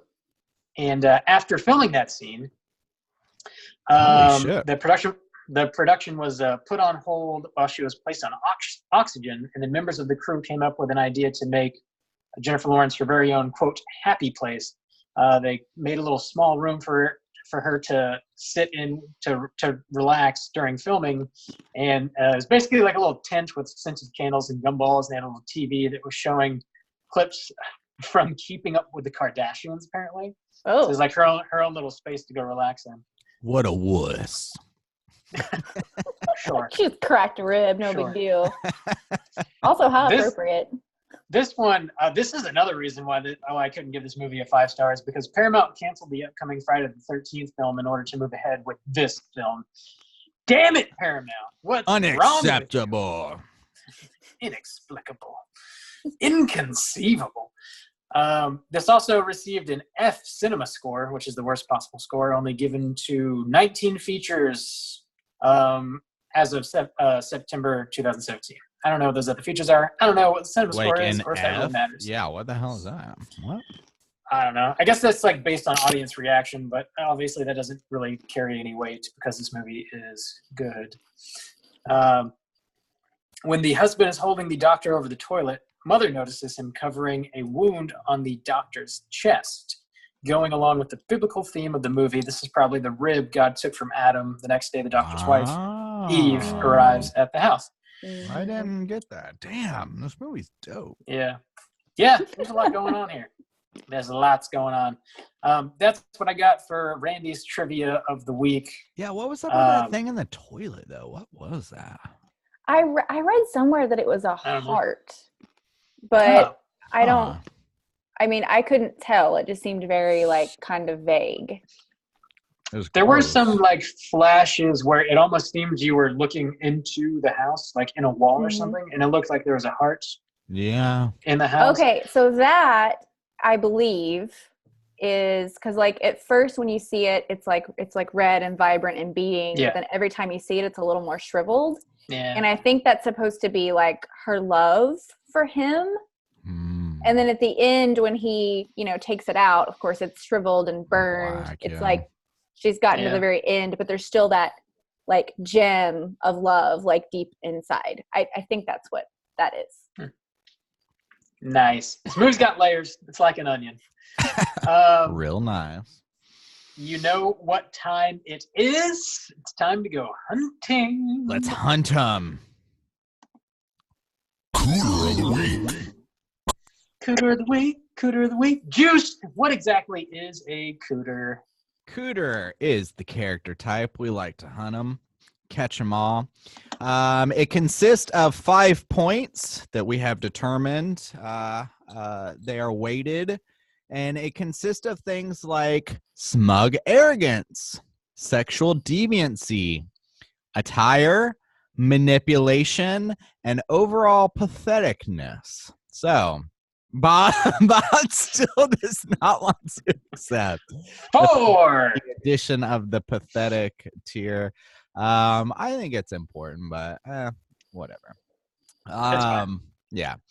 So we're about to make I might be making a solo controversial claim in that is God a cooter? I think God might be a cooter. Interesting. We're taking it to a new level. We've had ghost cooters. We've had like Sure. monster cooters. I don't think Sure. we've ever had a deity cooter. Deity cooter. Is God a We would- cooter? Let's break it down. We got to apply the 5 points and see if it works out or it doesn't work out. He manipulates mother. I think that's his biggest point gathering. So Yeah. he's manipulative and Mhm. he's arrogant. He's got some smug arrogance. Yeah, Definitely. he is God though. True. But in human He made form, when he's everything. Javier, I mean, he is arrogant.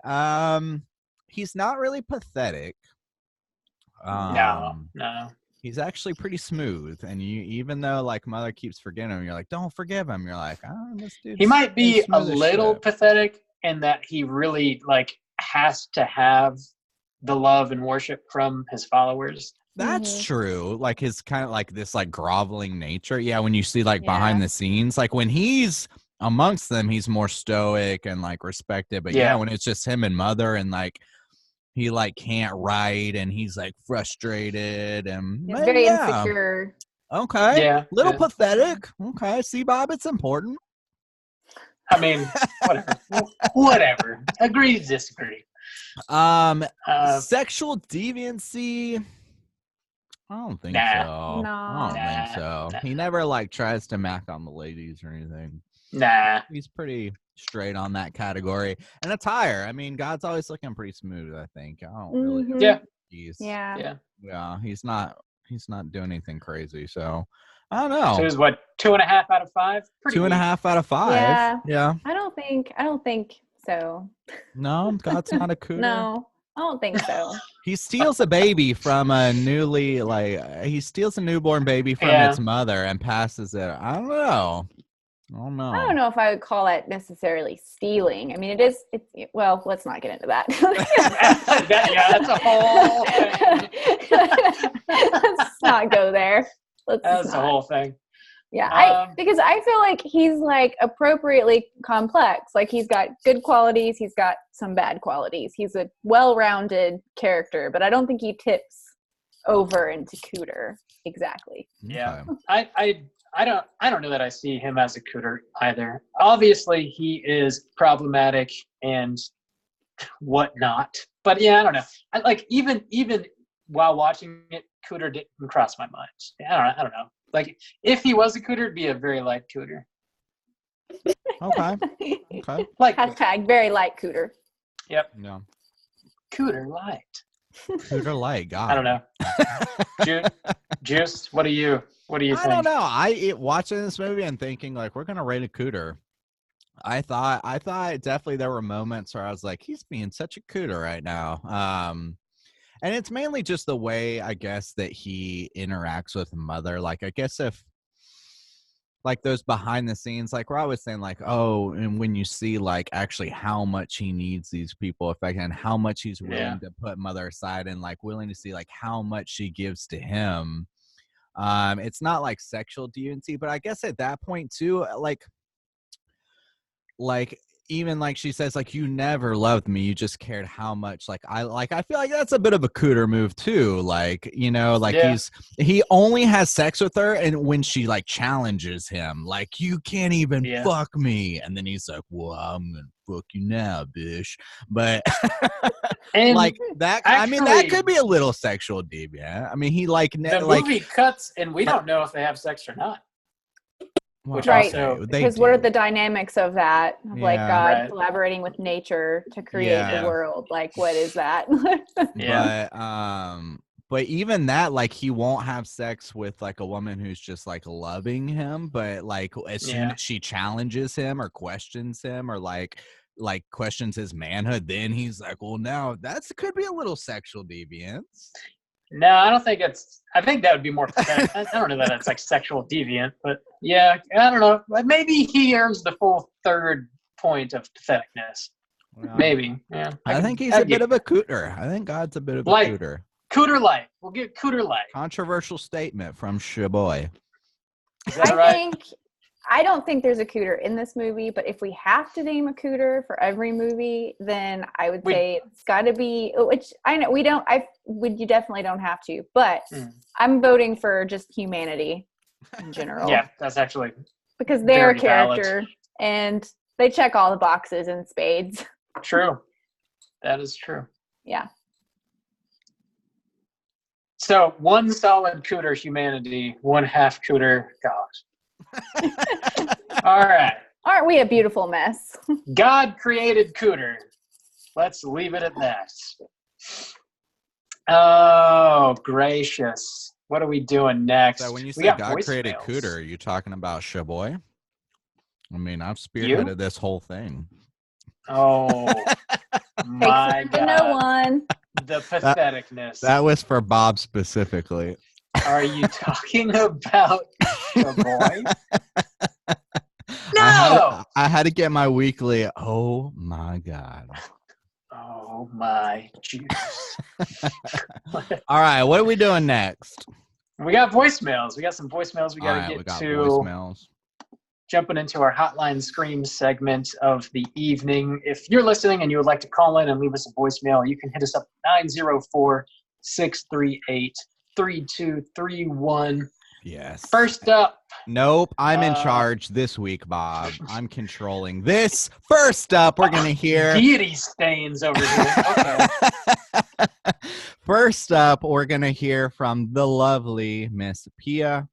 She's a big supporter or chatter on Slack, I guess. So this was a special voicemail, that she sent to us through Slack, actually, because she lives in Ireland. I don't know if she can wait, right? Ireland? I don't know if she can call us. So this is her voicemail from Pia. Hi guys, this is Pia. This is test number 3. I didn't know there was a time limit and I consumed recreational substances and I went on an epic 15-minute talk or, just rant. And then Blurb had to tell me that it was actually 3 minutes. So here's my attempt to again consume recreational substances and keep it under 2.5 minutes. So I wanted to tell you guys what your podcast reminded me of now, and how as entertainers, you guys never know what the person on the receiving end will take away from your podcast or what it will become in the future. And so back in May, I learned calligraphy with my grandmother here in Texas, and I sent some of the samples to Andy and Bob, and I remember spending hours practicing. And my grandmother actually wrote out after I mastered the alphabet. It was time to use words, or write out words, and I was on a straight chilling binge, so I had her write out the name of the podcast and the name of all of you guys, except Soju. Sorry, I didn't remember your name, Justin. And I was really proud of myself, and I relate your podcast to that time. And so now, fast forward a few months later, and Grandma sadly and super unexpectedly passed away. So I'm back here in Texas to be with family, and I'm listening to your podcast again, and it's such a nice memory. It's really sweet. So that's what I wanted to say. But I also had two spooky stories related to Grandma, really, that I wanted to talk about because it is much more fun and it's genuinely funny. So hopefully I'll get a 45-second extension. Um, Back in May, that same trip, I think the day that I arrived, sorry. um, uh, I was doing my hair and I was listening to you guys. It was around 10 o'clock at night, and Grandma was out, and my grandfather was asleep. He's 90. He is a Korean War vet. He says that he can't hear. Okay, so there I am, and I start hearing knocking on the window in the room next door. So I go in and I turn on the light and I ask who's there, but nobody answers. And instead, the banging continues on all the windows that are facing the street, and they are getting louder, and it was terrifying. And then the doorbell starts ringing like really loudly, incessantly. I was so scared. This is straight out of a horror movie. So I wake up my grandfather, and I guess his training kicked in. He saw me, my face, and he told me to get to lay down low. And then he went to the peephole. I didn't dare to because what did we have? Hobo with a shotgun, but in a bad way. And this is Texas, so but he did, and it was Grandma. I locked her out by mistake, so she couldn't get back in, and she panicked. And instead of ringing the doorbell nicely, she started, doing all that, and then I panicked, and he was so mad at both of us. It's a really fond memory now. So that's what I want to say. You guys rock. I recommend you all the time on Reddit. I love learning new things about horror and becoming less afraid. So keep the good work going, and happy holidays and everything. Bye, you guys. A true roller coaster of emotion. Thanks for calling, Thea. Yeah, overall, just like so delightful. Yeah. What a wonderful little story. Yeah. Sorry to hear about your grandmother passing. Yeah. That is very terrible and very sad. But it does sound like you guys had a lot of pretty amazing memories. So, don't lock your grandparents out of the house, people. Take that away. Learn that from this. Oh, all right. Next, we are going to hear from Alex. Or wait, we good? We good? We want to talk about. I'm sorry, I cut that off. Oh, you're running the show, D&D Stains. Sorry, trying to keep us on track here. This Soju runs is a all tight you. ship. Okay, God. Captain Stains over here. All right, here we go. Gonna hear from Alex. Alex. Hey guys, it's Alex from Syracuse, New York, and I was really inspired by your top 10 of the decade episode, so I decided to figure my own out. And I have it here, and I'm going to read it off to you. I also have my overrated and my underrated. It's probably going to surprise you. It's Bob, you might get pissed at the overrated one. And I'm sorry, but, anyways, it's just going to be controversial. So my number 10 pick is Mama. I absolutely love this movie. I've loved this movie ever since it came out. It was, spacing on his name right now, Machete, I believe it was, the director that did, the It movies.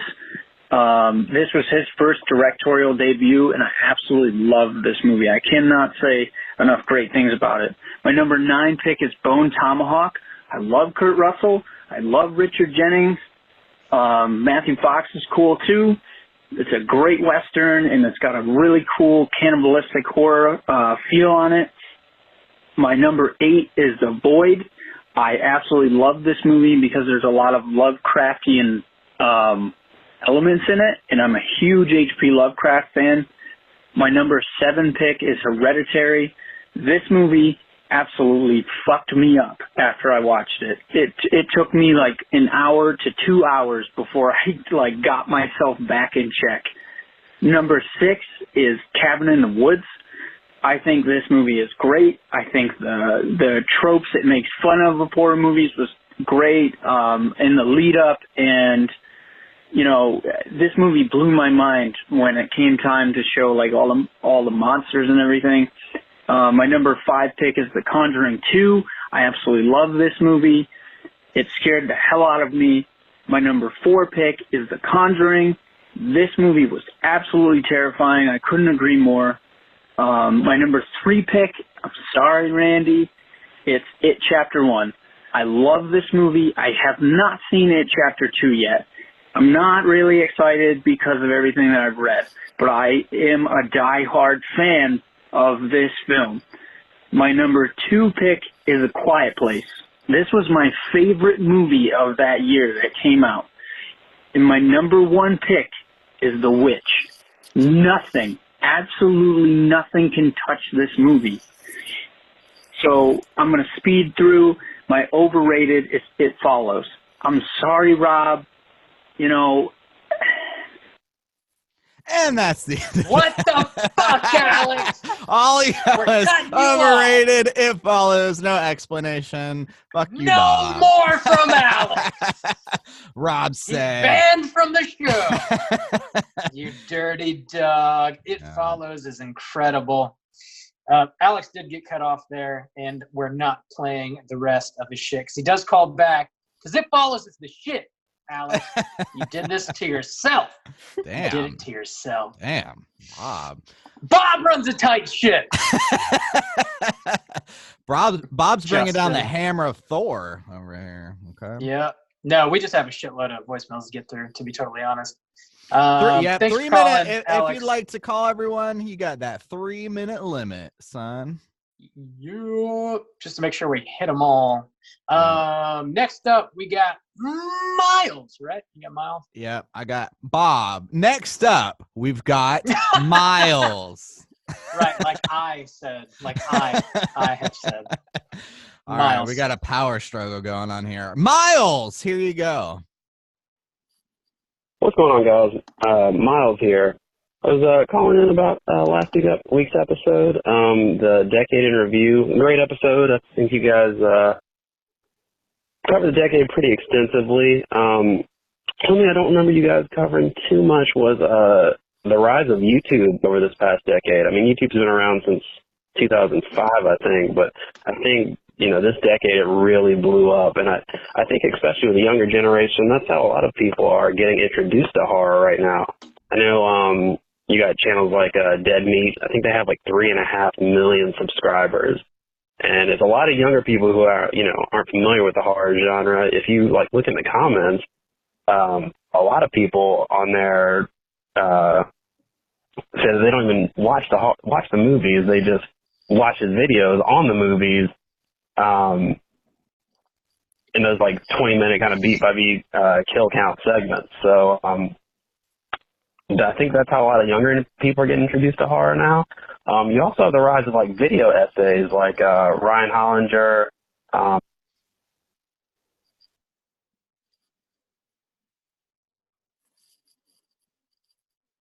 So I think that's how a lot of younger people are getting introduced to horror now. You also have the rise of video essays like Ryan Hollinger, Something Ghoulish. These guys who they break the films down on a level that you're not going to get outside of a film class. So I think YouTube has really exposed a whole new generation to horror, especially the younger crowd. Maybe Justin can tell us a little bit more about that since, he just turned 20. He might be a little more in tune with the Lady. ethos of today. Hey, Anyways, guys, keep up the good work. Talk to you later. lady. Hey, Miles. Thanks for calling. Also, you don't need to feed Justin's ego. It's plenty big. It's plenty Let me big. tell you Lady, what we come here. think about things. One, subscribe to Straight Chilling Podcast on YouTube.com. Yeah, it's That's- youtube.com/Straight Chilling Podcast. To get That's all what we your think about horror, that's what we think about it.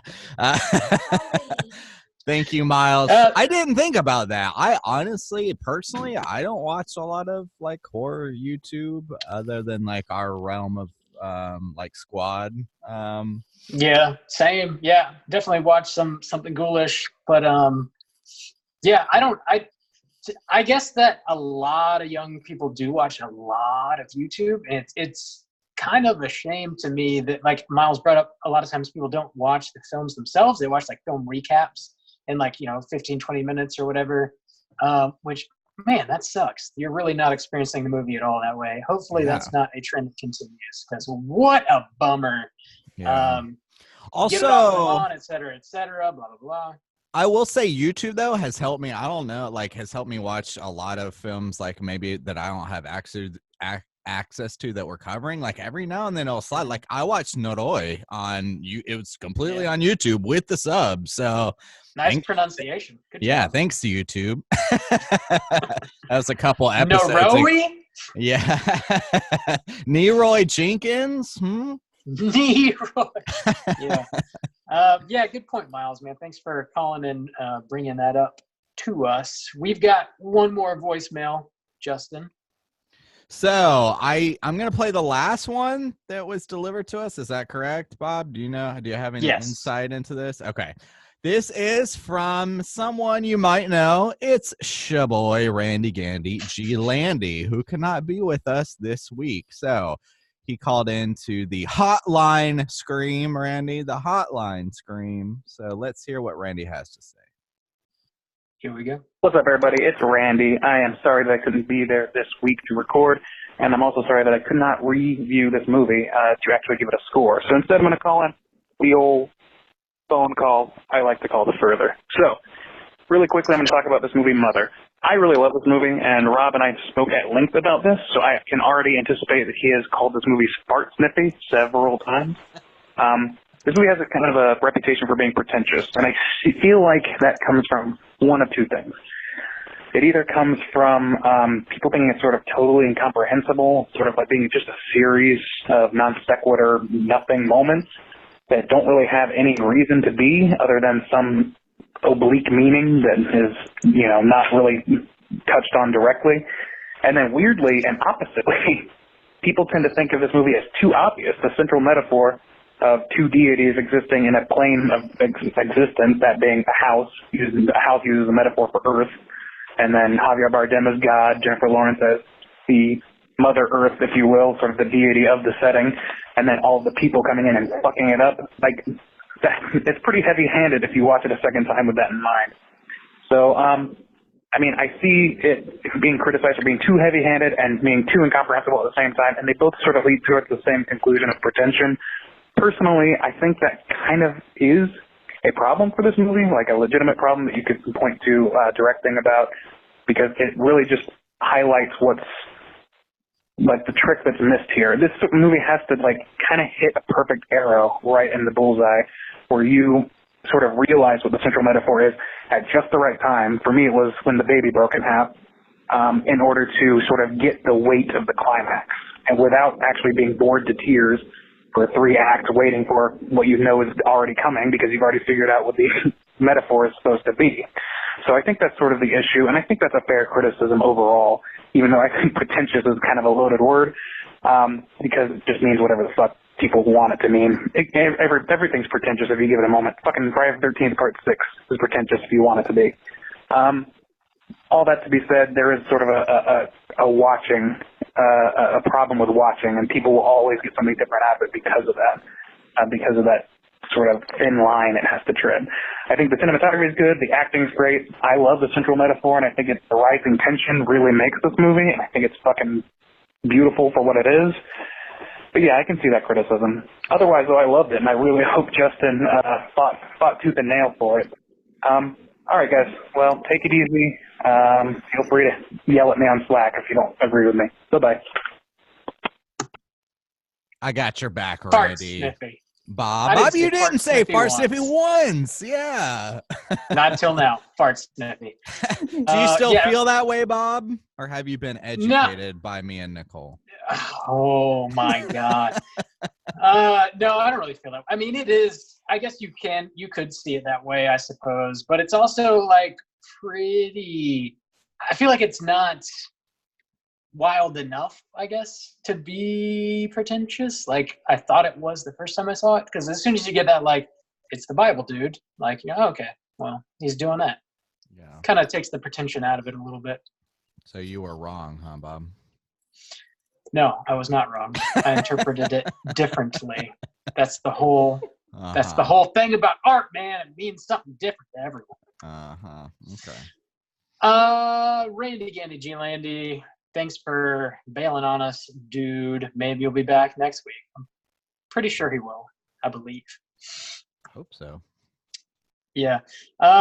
So we got one more thing we got to do real quick, just so you know what time it is. It's time to for an say live. intervention, Bob.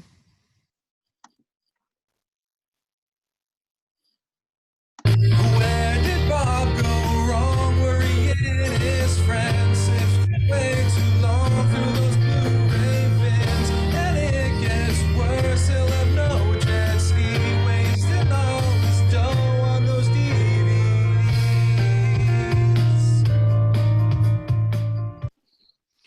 Bob, you've been wasting all your dough on those DVDs. I hope Randy Gandy G Landy comes back next week, because this shit is tough. Your boy Sochi's Welcome to the show, a tight Mr. ship with Deity. this sound management, but it's tough. All right, Bob, you buy a lot of physical media. You claim it's just a hobby. We say it's a problem. We are tracking your Blu-ray purchases. Bob's got a sly smile. We got a YouTube exclusive this week. We missed it last week, but let's start it off. Bob, last week was December 2nd when we recorded. You had purchased 10 DVDs for the month. On the second day of the month, you had already purchased 10. Bob, you got a sly smile. Looks like you've got a stack.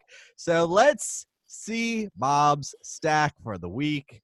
Oh, Lord. Here we go. YouTube exclusive. How many you got, Bob? Well, before I unveil it, I would Okay. like to ask Nicole if she has any wagers on how many films I have purchased this week. I'm curious to know. Over, under. Oh my gosh. Well, while I'm thinking about that, let me just tell you that whenever David and I were traveling here, we were listening to one of your episodes, which usually he's not with me when I'm listening to your episodes. And when we got to this segment and I told him what it was about, he literally laughed out loud. So Public shame. quality content. You know, I'm 15. 15. Oh, 15 wow. for the week. Whoa, Bob. You think that highly and or lowly of me? All right. I'm going to take Here's the the under. I'm going unveiling. to say 7. Okay. 7 Yeah. to 15. All right. All right. Here we go. 1, 2, 3, 4, 5, 6. But wait, that's a fat collection there at the end, Bob. How many movies is Yeah. that? That's a triple feature on the end there. So it's going to be an 8 count. 8 count. Ooh, I was one off. Bob, however, though, holy shit. 1 second. Last week you told me you had 3 RoboCops. I just saw another RoboCop in that stack. True. Is that, Yeah. is that So correct? Okay. Holy I have shit. them all now. Holy shit. And how many of the RoboCops from last week have you watched so far? I watched part 2.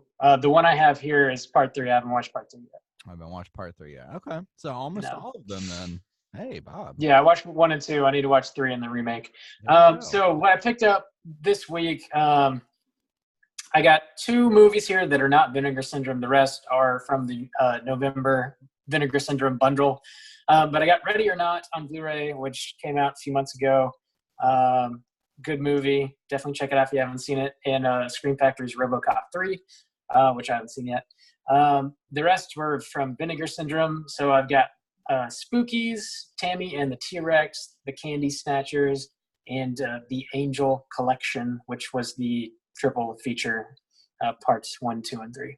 All from the Vinegar Syndrome. All from Vinegar Syndrome. Did you get anything special on your package this time? Any stickers? Anything? Any bonuses? No. Well, the Spookies came with a second slipcover. So I didn't actually know what I was buying when I bought all this, because they did like a pre-Black Friday sale in October, and it was like cheap. So I was like, the only one that I knew was on there was Tammy and the T-Rex. And I was like, well, I'm definitely gonna buy that. So I'll order the little bundle or whatever, because it's might as it's well. on sale. Might as well. Yeah, I'm sure it's super cheap. Yeah, that's the only thing that I got special with it was the second slipcover. Okay, calling him out. Bob supports you guys a lot, and I mean a lot. Bob gives you guys a lot of money. You guys need to, cut the dude some slack. Throw some stickers in there or something. Take a page out of the old, straight chillin', straight chillin' book, and just throw some extra stickers in there. All right. Need to charge them for all the shouts outs. Yeah, Bob. So it is in Korea, December 11th. In the States, it is just December 10th. You have so far for the month purchased 18 Blu-rays, Bob, is what you're up to for the month. More Blu-rays than there have been days in the month so far. Wow. Bob, you're headed straight to the top. I don't think you'll break the record of 43 from last month that Bob hit, but he's going higher than months previous. Before, Bob had stayed under 20. He had counts of 17, 18, 15 throughout like June, July, August, September. So Bob, oh my God, we've been trying to do this intervention. We thought it would help you. We thought maybe the shame would, curb your tendencies, but it hasn't. If anything, it's fueled you. It's gotten worse. So I think it has not deterred me. I think by the end of the year, we'll have to maybe end this segment. Our whole point is to see, though, could Bob have just bought a jet ski had he saved all of his money? You'll find out in a couple weeks. In 2 weeks, I will be in Jacksonville, Florida, doing a live show from Bob's Dining Room Table, and I will reveal. It's not live. It's just we'll be in person. Live for me, and I will reveal, could Bob have bought a jet ski? I want to look into his eyes and let him know whether or not he could have purchased a jet ski this year. A special straight chillin' jet ski we could have had instead of all these Blu-rays. Sweet. Do you have like a team of people that are like scouring the internet for like jet ski sales? Yeah, his name is I have Randy, Gandy, and G Landy all working around the clock to find the best jet ski deals they can. The triple threat. Yeah, we're still waiting for that call from Mr. S. Do to give us a call. That's Mr. C. Do, the jet ski salesman, who will tell us the deals Bob could have gotten and talk to us potentially about a sponsorship. But yeah, all the deals. Bob, I feel pretty confident that you could have purchased a straight chillin' jet ski this year. But we'll see. We'll get the final count in just 2 weeks, Bob. We know how you feel. Nicole, thank you so much for joining us on this episode and putting up with our nonsense once again. It's always a real pleasure to have you on the show. I'm excited to be here. Excited to be here as always. And this was a great movie. Like sometimes I feel like I don't know what I'm going to add to this conversation, but for this one I was super stoked, and I'm really glad, especially like just after viewing it, that I had the opportunity to talk it out with some fellow horror nerds. So thanks so much for having me on. Appreciated your perspective this week. And apologies for ghosting you yesterday. It's all right. It's okay. Ghost stains. Yeah, ghost stains. Thanks for putting up with my shit. Ectoplasm stains. Nicole, remind everybody one more time where they can find your podcast. ChiaroscuroHorror.com. It's Chiaroscuro Horror on Facebook, Instagram, Patreon, and to spell it, it's ChiarosCuro.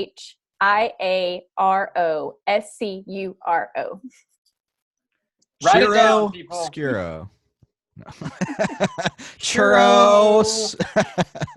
Yes. Hero. Any I'm always just gonna say pronunciation- churros. Any pronunciation you choose, I will accept.